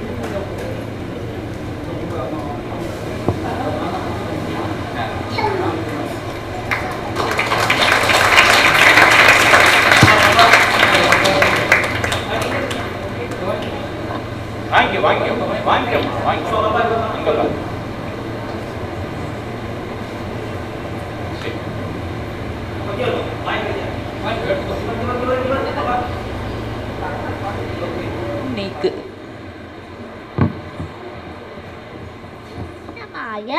எட்டு நீக்கு. ஆத்மாவிற்கு தாழ்வை, அதாவது கேட்டை விளைவிக்கக்கூடிய 8 குணங்களை நாம் நீக்க வேண்டும். அவையாவன காமம், குரோதம், லோபம், மோகம், மதம், மாத்சரியம், அஞ்ஞானம், அசூயை. உடலுக்கு நன்மை தேடுவதை விட இந்த 8 குணங்களையும் நீக்குதல் சிறந்தது. காமமாவது விரும்பின பொருளை அனுபவித்தே தீர வேண்டும் என்ற நிலை. குரோதமாவது அப்படி அந்த விரும்பின பொருள் கிடைக்காவிட்டால் பிறக்கும் சீற்றம், அதாவது கோபம். லோபமாவது கண்ட பொருள்களிலும் அளவற்ற ஆசை. மோகமாவது செய்யக்கூடியது செய்யக்கூடாதது எது என்று ஆராயாமல் இருப்பது. மதமாவது பொருள் முதலியவை கிடைப்பதால் உண்டாகும் களிப்பு. மாத்சரியமாவது பிறர் பெருமை கண்டு பொறாமை கொள்தல். அஞ்ஞானமாவது இவற்றால் வரக்கூடிய கெடுதியை அறியாமல் இருத்தல். அசூயையாவது குணமுள்ளவற்றையும் குற்றமுள்ளதாக நினைத்தல். இந்த 8 குணங்களும் இல்லாமல் இருப்பது மிகவும் அரிது. ஒருவர் வைத்திருக்கும் பொருளில் பிறருக்கு ஆசை ஏற்பட்டு அது கிடைக்காவிட்டால் கோபம் ஏற்பட்டு அவர்கள் மேல் பொறாமை கொண்டு நண்பர்களாக இருந்தாலும் நல்ல குணத்தை மறந்து தோஷத்தையே கண் வைத்து சண்டையிட்டு கொள்வார்கள். மேலே சொன்ன அந்த குணங்களை உடைய தம்முடைய சீடர்களை நஞ்சியர் எவ்வாறு திருத்தி பணி கொண்டார் என்பதை பார்ப்போமா? வீரப்பிள்ளை, பாலிகை வாலிப்பிள்ளை என்ற இருவர் நஞ்சியருக்கு மிகவும் நெருங்கிய சீடர்கள். இருவரும் மிகுந்த நட்புடன் பழகி வந்தார்கள். இருவரும் ஒரு முறை வெளியூர் சென்றபோது பண விஷயத்தில் ஏதோ சண்டை ஏற்பட்டு ஒருவரோடு ஒருவர் பேசிக்கொள்ளாமலே இருந்து விட்டார்கள். இதை அறிந்த நஞ்சியர், பிள்ளைகள், செல்வத்தில் ஆசை, காமம் இவை உயர்ந்தவையா, பகவத் விஷயம் உயர்ந்தவையா?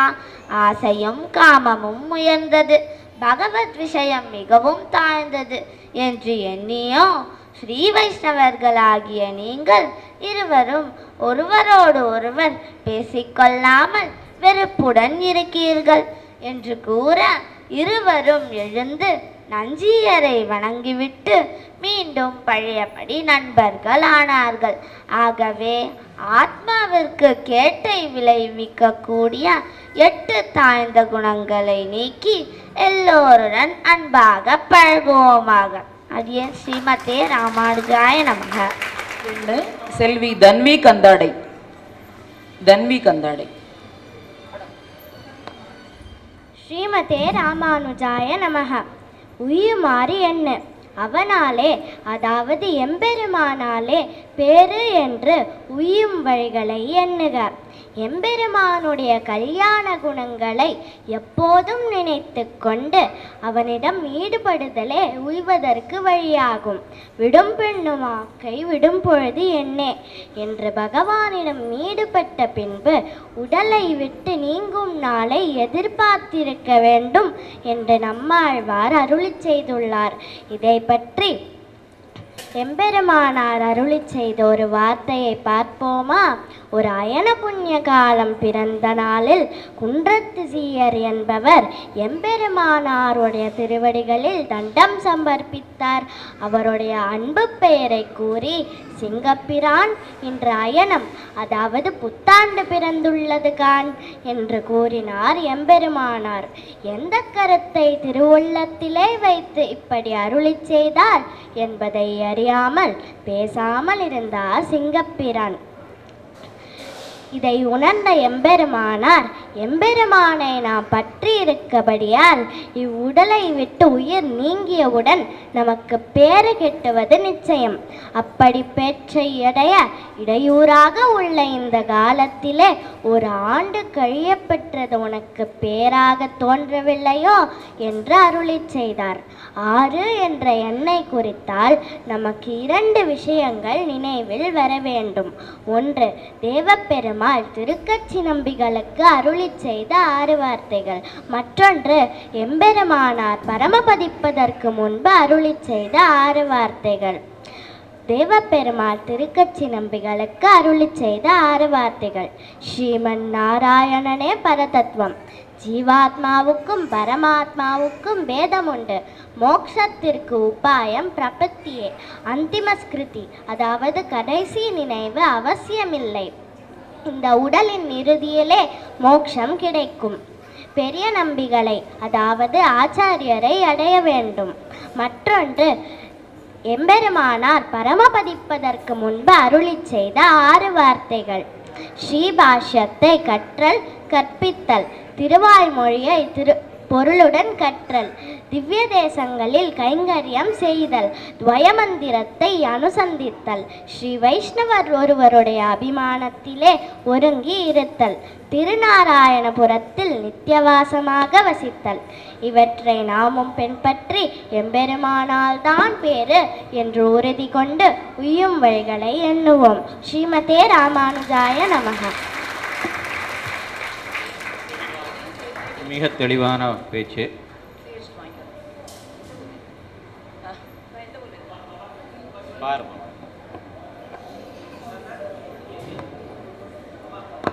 அங்க பார்த்தோம் வேண்டாம். பிஆர் மித்ரவிந்தா. ஸ்ரீமதே ராமானுஜாய நமக. ஊன்வாட தவம் செய்ய வேண்டாம். மாம்சம் பற்றி உலரும்படி பட்டினி கிடந்து தவம் செய்ய வேண்டாம். ஊன்பாட உண்ணாது உயிர் காவலிட்டு, அதாவது வேதாந்தங்களில் பிராமணர்கள் யாகம் செய்தும் தானம் செய்தும் தவம் புரிந்தும் பட்டினி கிடந்து பேறு பெற பார்க்கிறார்கள் என்று கூறப்பட்டுள்ளது. உடலை வருத்தி கொண்டு ஏதேனும் செய்தாலும் அவற்றில் ஏதோ குறைகள் ஏற்பட்டு பெரும்பாலும் பலனை இழக்க வேண்டி இருக்கும். அப்படிப்பட்ட கர்மங்களில் ஈடுபட்டு துக்கப்படுவதை காட்டிலும் திவ்ய தேசங்களில் எழுந்தருளி இருக்கும் எம்பெருமான் திருவருளுக்கு இலக்காகி வாழ்வதே சிறந்தது. பட்டினி கிடந்தால் தேகம் மெலிந்து போகும். அடியோடு உண்ணாவிட்டால் உயிர் தரிக்காது. உயிரை காத்துக்கொள்ள சிறிது தண்ணீரை குடித்தும் காத்தை நுகர்ந்தும் காய் கனி கிழங்கு சருகளை உண்டும் தேகத்தை காத்துக்கொள்ள வேண்டி இருக்கும். இப்படி உடலை வருத்தி கொண்டு மழையிலும் வெயிலிலும் நீர்நிலையிலும் நின்று தவம் செய்ய வேண்டாம். பரமபதத்தை அடைய இப்படியெல்லாம் கஷ்டப்படாமல் திவ்ய தேசங்களில் எழுந்தருளி இருக்கும் எம்பெருமான் திருவள்ளுக்கு இலக்காக வேண்டும். பொறுப்பிடை நின்னும் புனல் குளித்தும் 5 நெருப்பிடையே நிற்கவும் நீர் வேண்டா, வெறுப்புடைய வெக்காவே சேர்ந்தானை மெய்மலர் தூய் கைத்தொழுதால் அக்காவே தீவினைகளாய்ந்து என்று பேயாழ்வார் அருளி செய்தார் போல் அடைய பறக்க ஒரு செயலும் செய்ய வேண்டாம். கூரத்தாழ்வான் தேவியாரான ஆண்டாள் வைகுண்ட ஏகாதேசி அன்று உபவாசம், அதாவது பட்டினி இருந்து மறுநாள் துவாதசி அன்று காலை தன் மகனான பட்டரை பார்த்து பெருமாள் தீர்த்தம் கொடும் என்று கேட்க, இப்படி ஒரு பெரிய திருநாளுக்குள்ளே இப்படி ஒரு ஏகாதேசி எங்கிருந்து தேடி எடுத்தீர்கள் என்று பட்டர் அருளி செய்தாராம். வைகுண்ட ஏகாதேசிக்கு முன் 10 நாள்கள் பகல் 10 என்றும் பின் 10 நாள்கள் ராப்பத்து என்றும் திருவத்தியன உற்சவம் 20 நாள்கள் நடைபெறும். அனைவரும் இந்த காலத்திலே பகவானை அனுபவிப்பதிலே மூழ்கி இருப்பார். அப்படிப்பட்ட உற்சவத்தின் இடையில் ஏகாதேசி அன்று பட்டினி இருந்தால் உடல் பலத்தை குறைத்து பகவானை அனுபவிப்பதற்கு இடையூறு செய்யும். ஆதலால் திருவத்தியன உற்சவத்தின் இடையில் எம்பெருமானை அனுபவிப்பதற்கு தடையாக அமையக்கூடிய இப்படி ஒரு பட்டினி நாளை எங்கே தேடி எடுத்தீர்கள் என்று பட்டர் கேட்டாராம்.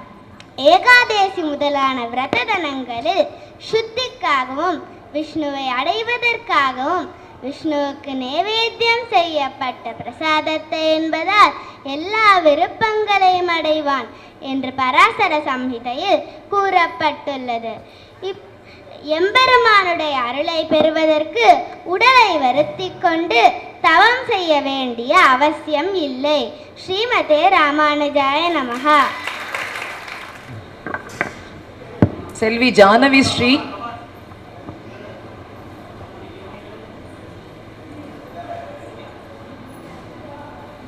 திரும்பூதூர்ல இருந்து வந்திருக்கா. எம்பார் வைபவத்தை பத்தி ஒரு 2 வார்த்தை பேசப்படும்.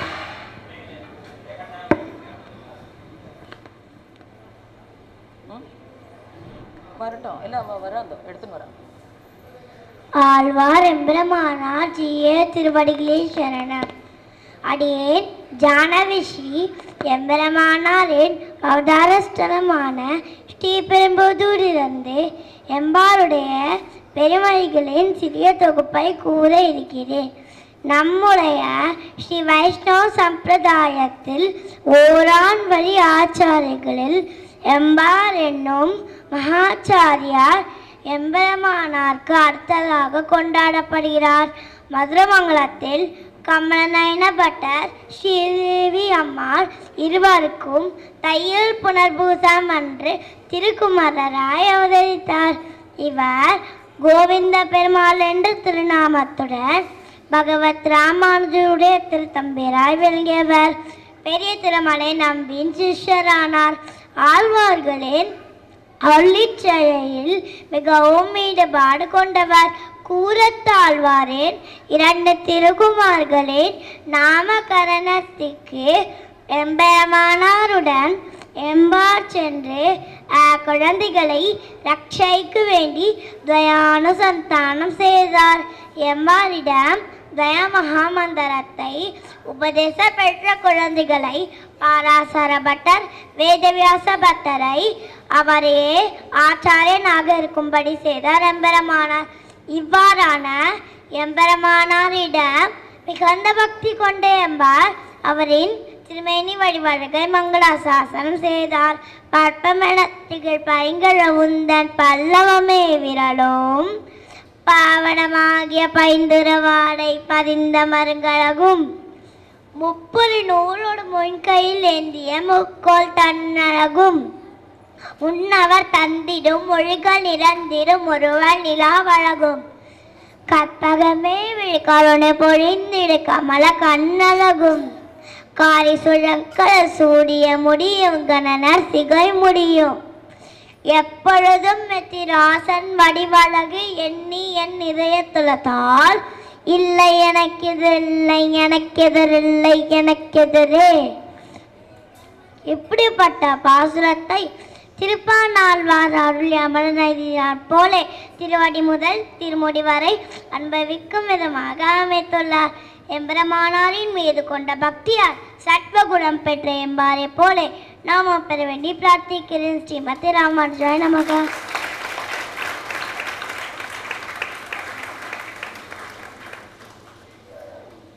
சாரநாயகி எட்டெழுத்தும் வாரமாக ஓது.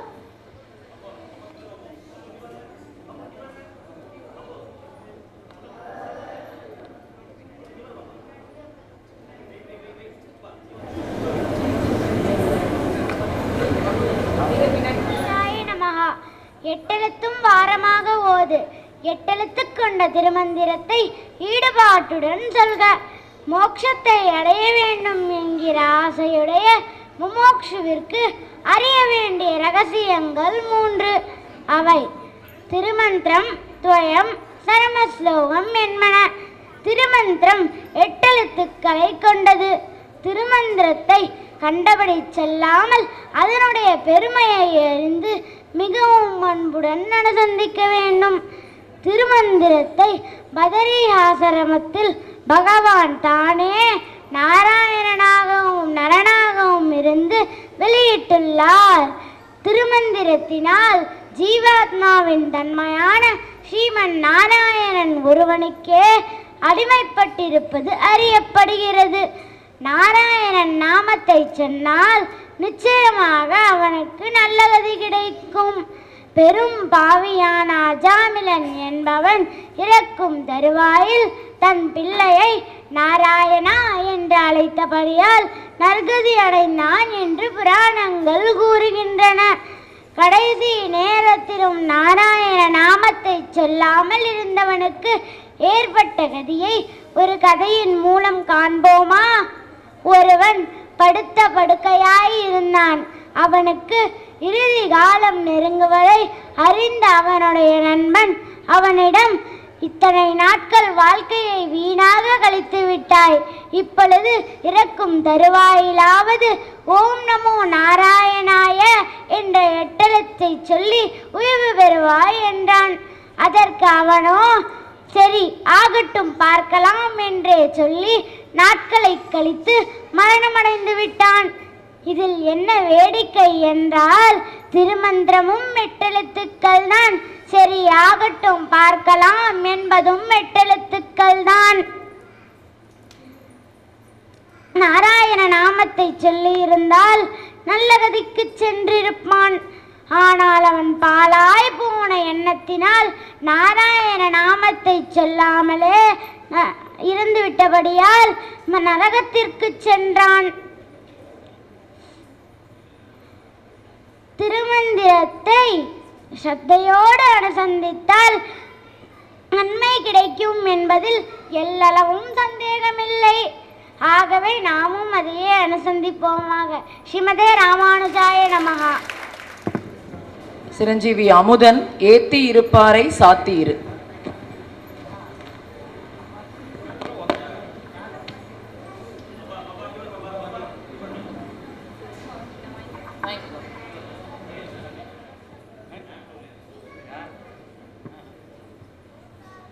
ஸ்ரீமதே ராமானுஜாய நமஹ. ஏத்தி இருப்பாரை சாத்தீரே. எம்பெருமானை துதிப்பவர்களான ஸ்ரீ வைஷ்ணவர்களை சார்ந்தீரே.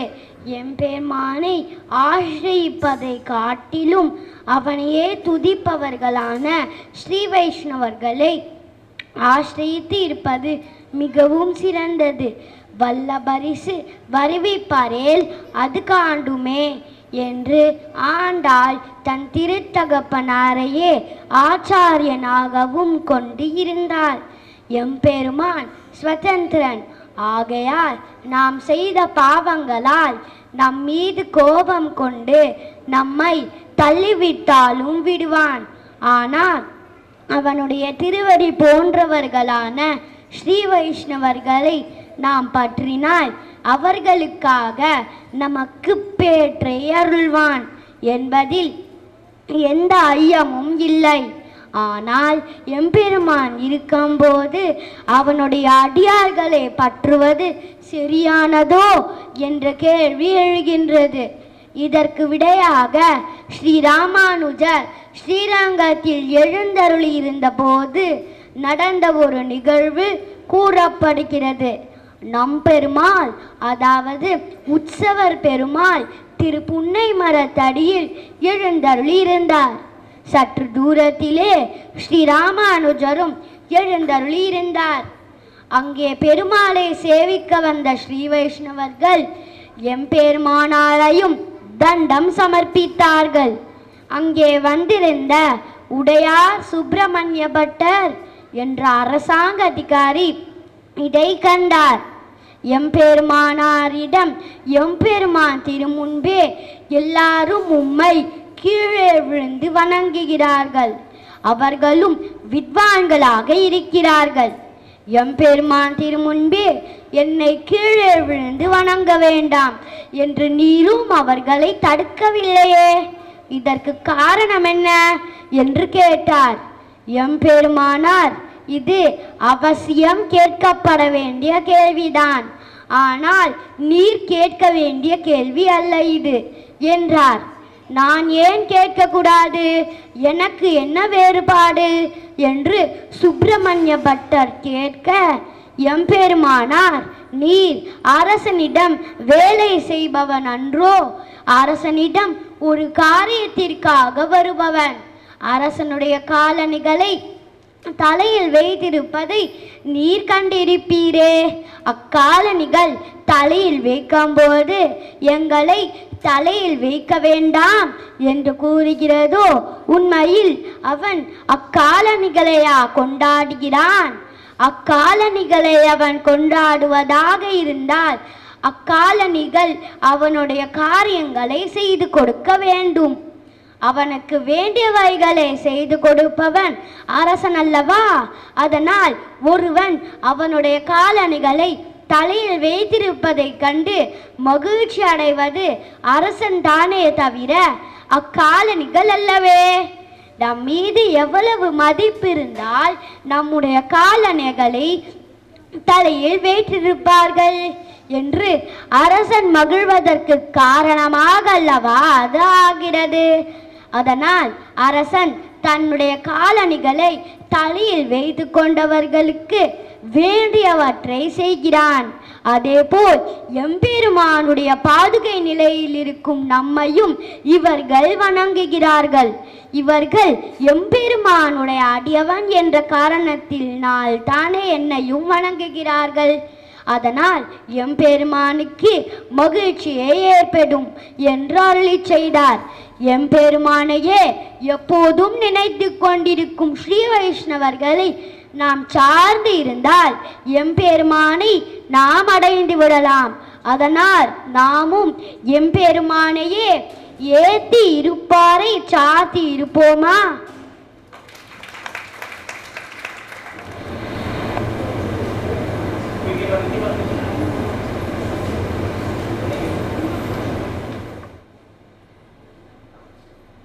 ஸ்ரீமதே ராமானுஜாய நமஹ.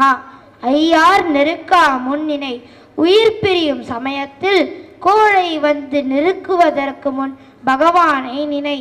ஐ என்ற சொல் நம்முடைய நெஞ்சை அடைக்கின்ற கோழையை குறிக்கிறது. எங்கும் சூழ்ந்திருக்கிற கோழையானது உயிர் போகும் சமயத்தில் வந்து சூழ்ந்து நெருக்குவதாக இருக்கும்.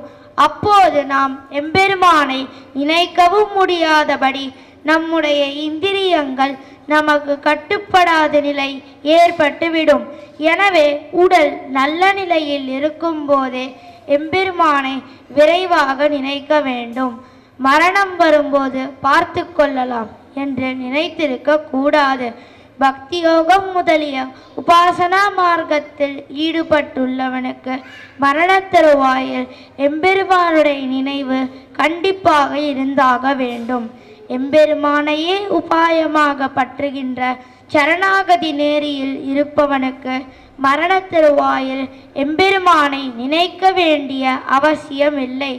உடலும் உள்ளமும் நல்ல நிலையில் இருக்கும்போது ஒருவன் என்னை நினைத்தால் அவன் மரணத் தருவாயில் கல்லை போலவும் கட்டையை போலவும் என்னை நினைக்க முடியாத நிலையில் இருந்தாலும் நான் அவனை நினைத்து அவனை பரமபதத்திற்கு அழைத்துச் செல்கிறேன் என்று வராக சரம ஸ்லோகத்தில் வராகப் பெருமான் அருளை செய்துள்ளான். எனவே நாம் நல்ல நிலையில் இருக்கும் போதே எம்பெருமானை நினைத்தாலே போதும். பெரியாழ்வாரும் ஏய்ப்பு வந்தென்னை நலியும் போது அங்கேதும் நான் உன்னை நினைக்க மாட்டேன், அப்போதைக்கு இப்போதே சொல்லி வைத்தேன் அரங்கத்தரவனை பள்ளியானே என்று அருளி செய்தார்.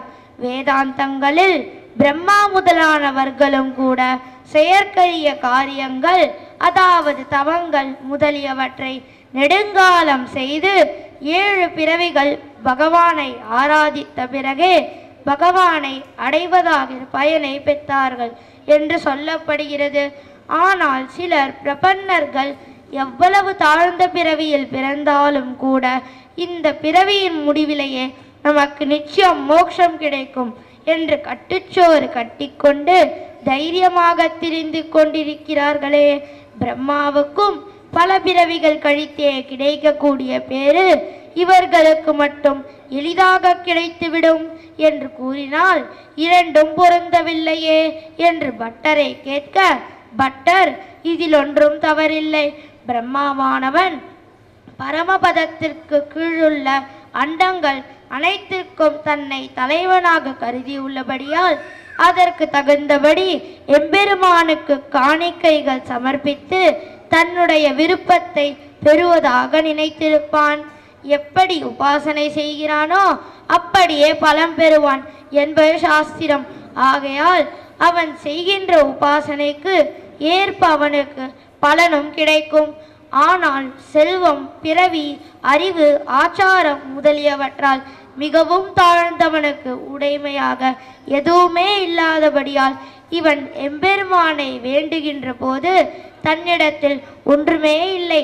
ஆகையால் தன்னிடமிருந்து எதையும் எதிர்பாராமலேயே எம்பெருமான் தனக்கு எல்லாவற்றையும் அருள வேண்டும் என்று அவன் திருவடிகளிலே விழுந்து வேண்டுவான். எம்பெருமானும் அவன் வேண்டியபடியே எல்லாவற்றையும் தன்னுடைய பொறுப்பிலே ஏற்றுக்கொண்டு இவனுடைய செயல்களை எதிர்பார்க்காமல் இவனுக்கு வேண்டியவற்றை தலை கட்டி வைப்பான். அதே போல்தான் பற்றியவைகளை விடும்போதும் பிரம்மாவுக்கு விட வேண்டியவை அதிகமாக உண்டு. அதாவது பிரம்மாவானவன் தான் ஆசைப்பட்டு பெற்ற உலகங்கள் அனைத்தையும் விட வேண்டும். ஆனால் இவனுக்கு விட வேண்டியவை மிக மிக குறைவு. பிரம்மா முதலானவர்களுக்கு அவர்கள் பதவிக்கு தக்கவாறு அகங்காரம் இருக்குமாகையாலே அது அழிய அவர்களுக்கு பல பிறவிகள் வேண்டும். ஆனால் இவர்கள் இயற்கையிலேயே தாழ்ச்சியை உடையவர்களாய் எல்லாவற்றிற்கும் எம்பெருமான் கையையே எதிர்பார்த்திருப்பவர்கள். ஆதலால் இவர்களுக்கு ஒரு பிறவியே போதும் என்று அருளி செய்தார். கோழை வந்து சேர்ந்து நம்மை துன்பத்தில் ஆழ்த்துவதற்கு முன் எம்பெருமானையே நினைத்து கொண்டிருப்போமாக. ஸ்ரீமதே ராமானுஜாய நமஹா. ஒன்றினில் ஒன்றினில் கிருஷ்ணபிரியா.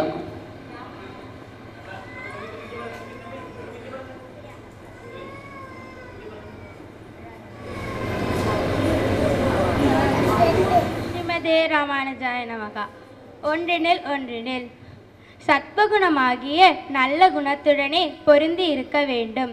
சத்வகுணம், ரஜோகுணம், தாமசகுணம் என்று 3 வகைப்பட்ட குணங்களில் கோபம், குரோதம் முதலிய ரஜோகுணங்களையும் சோம்பல், மயக்கம் முதலிய தமோ குணங்களையும் அகற்றிவிட்டு ஞானம் பிரகாசிப்பதற்கு காரணமான சத்வகுணத்துடனே இருக்க வேண்டும்.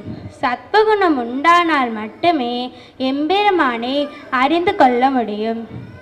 எம்பெருமானின் தன்மையையும் ஜீவாத்மாவின் தன்மையையும் அறிந்தாலே அது மோட்சத்திற்கு வழியை வகுக்கும் என்பது சந்தேகம் இல்லை.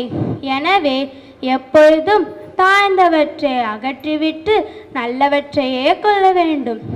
ஸ்ரீ பராசர பட்டர் தம்முடைய அடியவரான ஸ்ரீ வைஷ்ணவர் ஒருவரை நீர் அனந்தாழ்வாரிடம் சென்று ஸ்ரீ வைஷ்ணவருக்குரிய இலக்கணம் பற்றி அறிந்து வரும்படி அனுப்பி வைத்தார். அந்த ஸ்ரீ வைஷ்ணவரும் அனந்தாழ்வானிடம் சென்றபோது அங்கு பல வைஷ்ணவர்கள் அமுது செய்து கொண்டிருந்தபடியால் அவருக்கு இடம் கிடைக்கவில்லை.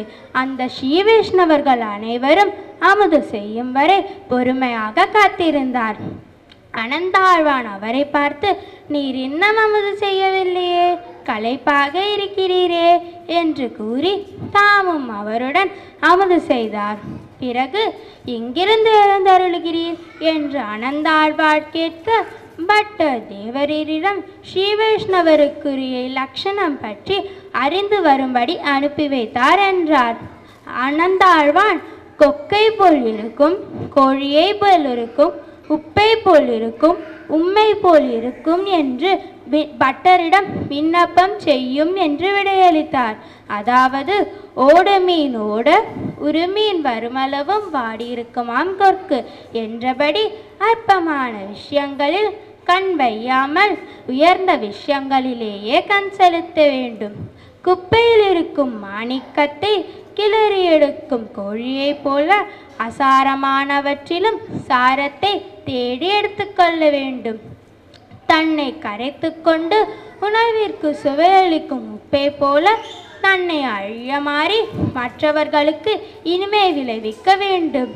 மற்ற ஸ்ரீ வைஷ்ணவர்களிடம் தாழ்ச்சியுடன் இருத்தல் வேண்டும். இவையே ஸ்ரீ வைஷ்ணவர்க்குரிய இலக்கணம் என்று அனந்தாழ்வான் தெரிவித்தார். ஸ்ரீ வைஷ்ணவர்களாகிய நாம் ராஜச தாமச குணங்களை விலக்கிவிட்டு சத்வகுணத்திலேயே ஊன்றியிருப்போமாக. அனுப்பிரானையல்லால் இல்லை என்றிரு. செல்வி ஸ்ரத்தாஸ்ரீ.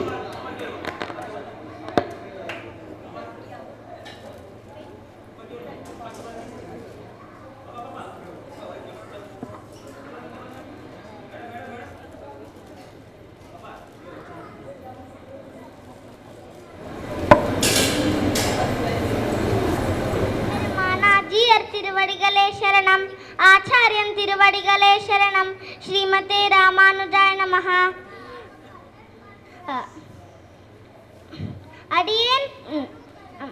அடியேன் பெயர் எஸ் ஸ்ரத்தாஸ்ரீ. அடியேன் ஒரு ஞானப்பிரானை பற்றி ஒரு சிறிய உரையை சொல்ல போகிறேன். ஞானப்பிரானை அல்லால் இல்லை என்று ஞானத்தை கொடுக்கக்கூடிய வராக பெருமாளான ஞானப்பிரானை தவிர நற்பொருள் வேறில்லை என்றாரிக. ஸ்ரீ வராக பெருமாளுக்கு ஞானப்பிரான் என்று திருநாமம் வழங்கப்பெறுகிறது.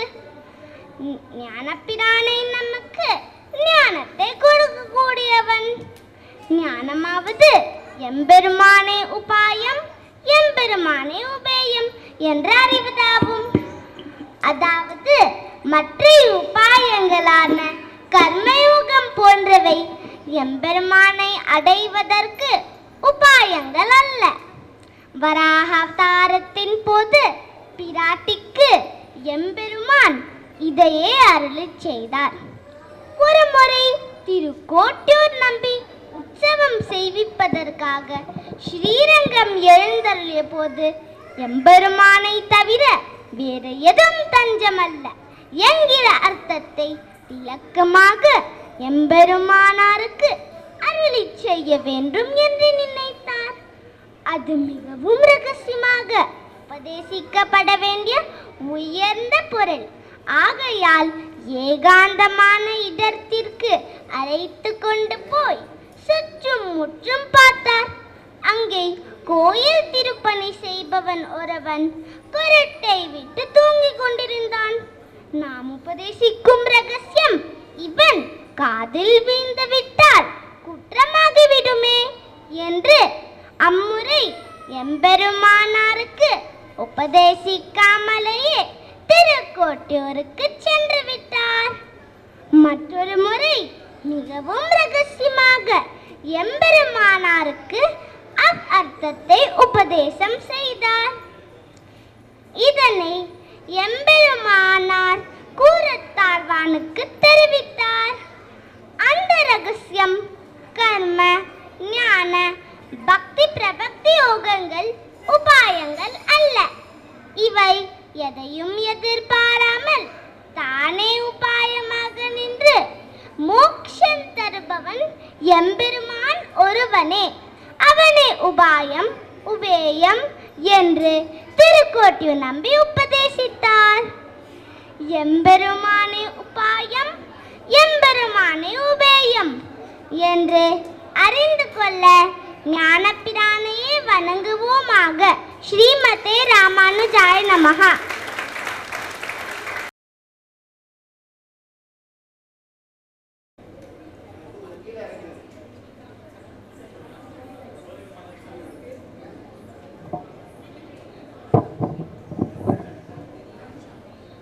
ஸ்ரீமதே ராமானுஜாய நமஹ.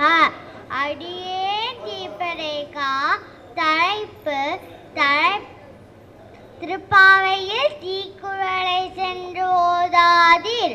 பிறருக்கு கேட்டை விளைவிக்கும் சொற்களை சொல்லக்கூடாது. பொதுவாகவே ஒருவரை பற்றி மற்றவரிடம் சொல்லக்கூடாது. குறளை என்றால் பம்பு பேச்சு, கோல் சொல்லுதல், நித்தை, பொய் உரை என்பது. தன்னிடத்தில் தீய குணங்கள் நிறைய இருக்க செய்தியும் தன்னை மகாகுணசாலியாக புகழ்ந்து கொள்ளுதல். பிறரிடம் பல குணங்கள் இருந்தாலும் அவற்றையெல்லாம் விட்டுட்டு தோஷ குணங்களே எடுத்துரைத்தல், நற்றங்களையும் குற்றமாக்கி பேசுதல், உண்மையும் பூதஹிதமில்லாத பேச்சுகளையும் பேசுதல், எம்பெருமானை துதிக்க வேண்டிய நாவால் மற்ற விஷயங்களை பேசுதல், காரணமே இல்லாமல் பெரியோர்களை பழித்தல் போன்றவை நாவுக்கு அகாயங்கள் ஆகும். பிறருக்கு கேட்கும்படியான வார்த்தைகளை நாம் சொல்லவே கூடாது. உண்மையே பேச வேண்டும். மற்றவருக்கு பிரியமானவற்றையே பேச வேண்டும். உண்மையான வார்த்தையாக இருந்தாலும் மற்றவருக்கு அது அப்பிரியமாக இருந்தால் அதை பேசக்கூடாது என்று சாஸ்திரம் கூறுகிறது. திருவள்ளுவரும் வாய்மை எனப்படுவது யாதெனில் யாதொன்றும் தீமை இல்லாத சொல்லல் என்றே கூறியுள்ளார். ஆகவே நாம் பிறருக்கு கேட்டபடியான சொல்லுதல் முதலிய காரியங்களை செய்யக்கூடாது. பிறருக்கு தீங்கு விளைவிக்க கூடிய கோல் சொல்லுதல், இவரை காட்டிக் கொடுத்த புற கூறுதல் இவைகளை தவிப்போமாக. ஸ்ரீமதே ராமானுஜாய நமஹ. ஸ்ரீமதே ராமானுஜாய் தாசை. நன்றி.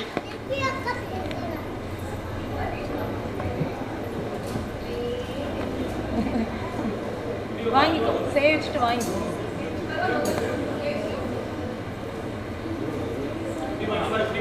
நெறிவாசல் தானேயாய் நின்றானை. சௌமியா ஸ்ரீ நெறிவாசல் தானேயாய் நின்றான். நெறிவாசல் தானேயாய் நின்றானே ஹரி ஆறும் பேரும் எம்பெருமானே என்று அறிக. நெறிவாசல் தானேயாய் நின்றானே என்கிறார் பொய்கை ஆழ்வார். நெறி என்பது போகும் வழிக்கு பெயர். வாசல் என்பது அவ்வழியால் சென்று அடையும் இடத்தை குறிக்கின்றது. நாம் அடைய வேண்டியது எம்பெருமானையே. ஆகையால் வாசல் என்பது அவனையே குறிக்கின்றது. அவனை அடைவதற்கு வழி அவனுடைய அருளே. அவனுடைய அருளை தவிர வேறொரு வழியா அவனை அடைய முயன்றால் அதுவும் தவறு. எனவே நெறியும் அவனே வாசலும் அவனே என்று நாம் அறிந்து கொள்ள வேண்டும். உபாயமும் அவனே உபேயமும் அவனே என்று கூறுவார்கள். திருவரங்கத்தில் பெரிய பெருமாள் ஒரு கையால் திருமுடியை காண்பித்து கொண்டு மற்றொரு கையால் திருவடியை காண்பித்து கொண்டு எழுந்தொழுகிறார். இதனையே விளக்குகின்றார் பராசுர பட்டர். உன்னை காப்பதற்காகத்தான் நான் சூடியிருக்கும் முடி அன்றோ இது என்று சுட்டி காட்டி தாமே தம்மை ரட்சிப்பதற்காக உபாயம் என்று காட்டுகின்றார். இடது திருக்கரத்தால் திருவடியை நோக்கி நீட்டி அடையவனான உனக்கு அடைய வேண்டிய பேரு நம்முடைய திருவடிகள் அன்றோ என்று சுட்டி காட்டி அடியவனான உனக்கு அடைய வேண்டிய பேரு நம்முடைய திருவடிகள் அன்றோ என்று சுட்டி காட்டி ஆனே உபாயம் என்று காட்டுகின்றான் என்று அருளி செய்தார்.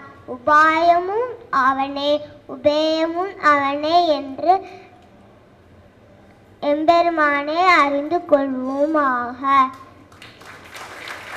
ஸ்ரீமதே ராமானுஜாய நமः. வழிவிலா அடிமை செய்ய வேண்டு சிரஞ்சீவி ரிஷிகேஷ்.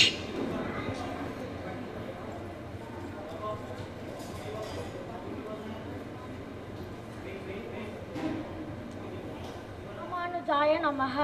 வழிவிலா அடிமை செய்ய வேண்டு, குற்றமில்லாத அடிமை செய்ய வேண்டுக. வழிவிலா அடிமை என்பதற்கு குற்றமில்லாத அடிமை என்பது பொருள். அதாவது ஒரு பயனை கருதி கைங்கரியம் செய்யாமல் எம்பெருமானுக்கு கைங்கரியம் செய்வதையே பயனாக கொண்டு செய்ய வேண்டும். எம்பெருமானே அடைய தகுந்தவன். அதாவது உபேயம் என்றிருந்தவர் இளைய பெருமாளான லக்ஷ்மணர். ராமபிரான் காட்டிற்கு சென்றபோது லக்ஷ்மணர் தானும் கூட வருவதாக சொன்னார். ராமபிரான் எவ்வளவோ தடுத்தும் கேளாமல் கூடவே காட்டிற்கு புறப்பட்டு விட்டார். ராமபிரானும் அவரை காட்டிற்கு அழைத்து சென்றார். இளைய பெருமாள் தன்னுடைய சேஷத்துவத்திற்கு தகுதியாக எல்லா கைங்கரியங்களையும் குற்றம் கலவாதபடி ஏவிக்கொள்ள வேண்டும் என்று ஸ்ரீ ராமபிரானிடம் வேண்டிக் கொண்டார். தன்னுடைய விருப்பத்திற்காக எதையும் செய்யாமல் எம்பெருமானுடைய விருப்பத்திற்கேற்ப கைங்கரியம் செய்வதே தனக்கு விருப்பமாக கொண்டிருந்த இளைய பெருமாளை போல் நாமும் எம்பெருமானுக்கு கைங்கரியம் செய்ய வேண்டும். நம்மாழ்வார்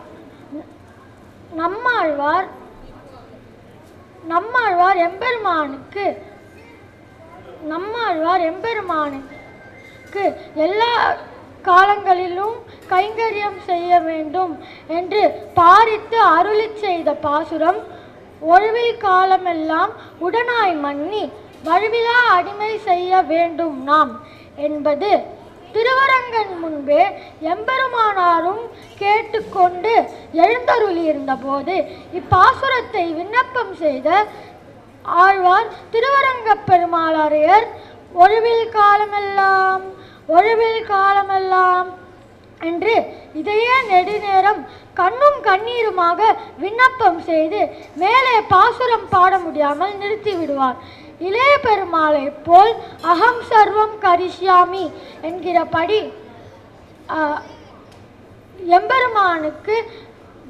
எம்பெருமானிடத்தில் பக்தி கொண்டு அவனுக்காகவே கைங்கரியம் செய்ய முற்படுவோமாக.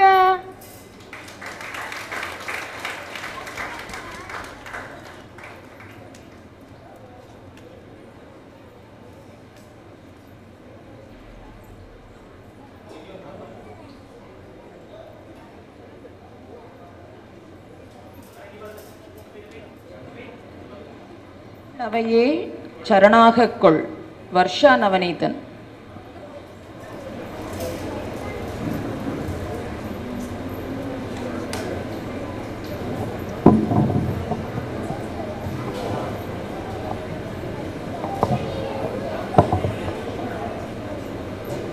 ஸ்ரீமதே ராமானுஜாய நமः. அடியேன் வர்ஷா நவநீதன். கடல்கள் அவையே சரணாகக் கொள் என்பது நம்மாழ்வார் அருளிய திருவாய்மொழி பாசுரத் தொடராகும். திருவடிகள் தான் உத்தேசம். பிராட்டியும் அவனும் விடிலும் திருவடிகள் விடாது. தென்களாயிருக்கும் என்பது பிள்ளைலோகாச்சாரியார் திருவாக்கு. பிறந்த குழந்தையானது தாயின் மற்ற அவயவங்களை விட்டு தாயின் முலையிலே வாய் வைப்பது போல ஆழ்வார்கள் அனைவரும் எம்பெருமானுடைய திருவடிகளிலே ஈடுபட்டு ஆழ்ந்து நிற்பர்கள். தொண்டரடிப்பொடி ஆழ்வாரும் குடதிசை முடியை வைத்து குணதிசை பாதம் நீட்டி என்று உலகெல்லாம் வழங்கும்படி திருவடிகளை கிழக்கு திசையில் நீட்டியதால் அத்திசைக்கு பெருமை ஏற்பட்டது என்றார். ஆளவந்தார் முதலிய ஆச்சாரியர்கள் அனைவரும் எம்பெருமானுடைய திருவடி பக்கத்தில் தான் எழுந்தள்ளியிருப்பார்கள் என்பதை பட்டர் மிக அழகாக காட்டியுள்ளார். ஆளவந்தார் திருவரங்க கோவிலுக்கு எழுந்தருளினார் ஒருபோதும் மேற்கு புறத்தில் எந்த இடத்திலும் எழுந்தருள மாட்டார். ஏனென்றால் மகாபாரத போரில் தனக்கு படை உதவி செய்ய வேண்டும் என்று கேட்க வந்த துரியோதனன் சயனித்துக் கொண்டிருந்த கண்ணனுடைய திருவடி கீழே அமர்வது தன் மதிப்புக்கு குறைவு என்று எண்ணி கண்ணனுடைய திருமுடி பக்கம் இருந்த ஓர் ஆசனத்தில் அமர்ந்தான். அதேபோல் கண்ணனிடம் வந்த அர்ஜுனனோ கண்ணனுடைய திருவடி பக்கத்தில் இருந்த ஓர் ஆசனத்தில் அமர்ந்தான்.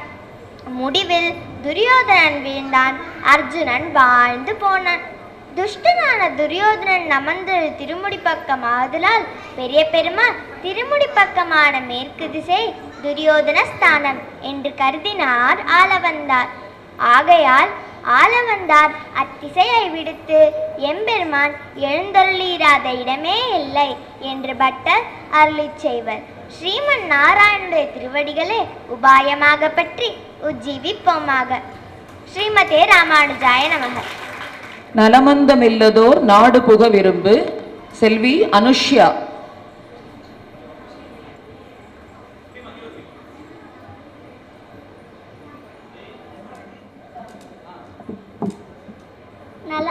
நலமெல்ல மெல்லதோ நாடு புகழ் விரும்பு அளவற்ற மகிழ்ச்சியை அளிக்கும் பரமபதத்தை அடைய விரும்புக. பரமபதம் என்பது அளவில்லாத இன்பமுடையது. அங்கு தூக்கம், பசி, தாகம் போன்றவை கிடையாது. எப்பொழுதும் எம்பெருமானை அனுபவிக்கலாம். ஆனால் இந்த நல உலகத்தில் துக்கம் அளவில்லாதது.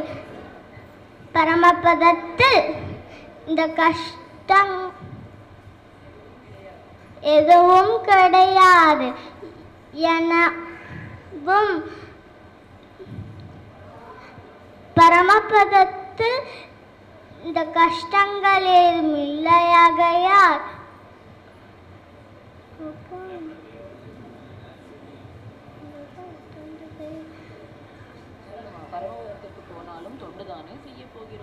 பரமபதத்துக்கு போனாலும் தொண்டுதானே செய்ய போகிறோம்.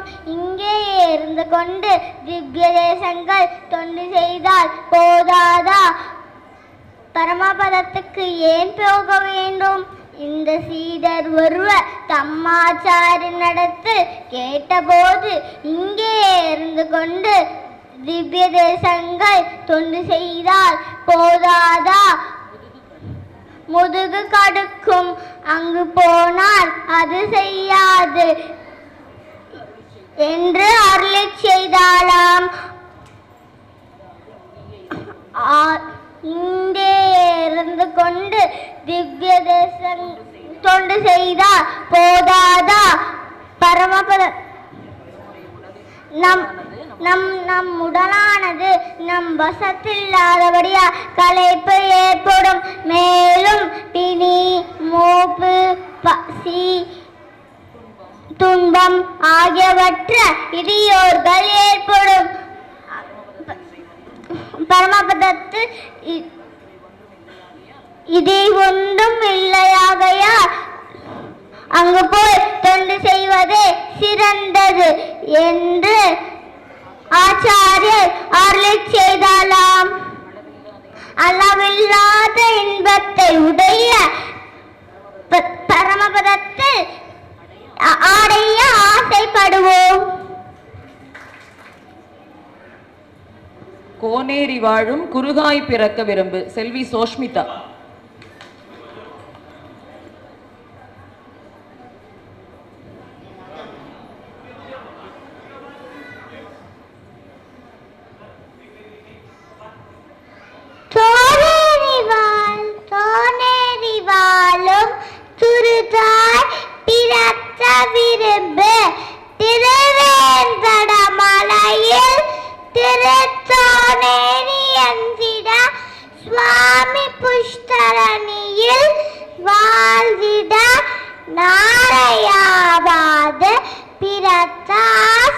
வெளிப்படுத்த துளசேகர ஆழ்வார் அருளி செய்துள்ள பெருமாள் திருமொழியில் ஊனேறு செல்வத்து என்றும் பதிதத்தில் தனக்கு மானிட பிறன் வேண்டாமென்றும் திருவேந்தட மலையோ தொடர்புடைய ஏதேனும் ஒரு பிறவியே வேண்டுமென்றும் தமக்குள்ள ஆசையை வெளிப்படுத்துகிறார் துளசேகர ஆழ்வார்.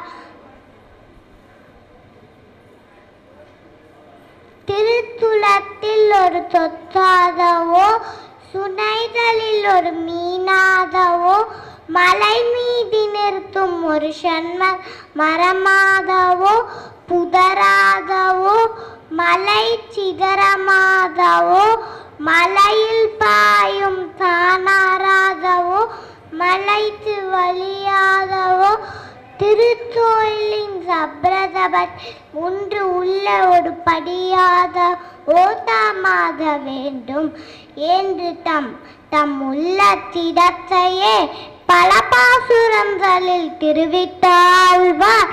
முடிவில் எம்பெருமான் பொன்மலை மேல் ஏதேனும் ஆவேனே என்கிறார்.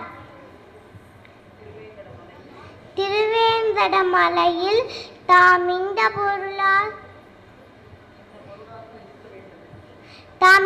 பொருளாக இருக்கவே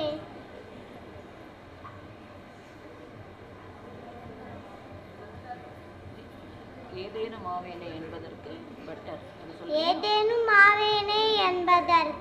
பட்டர் வேறு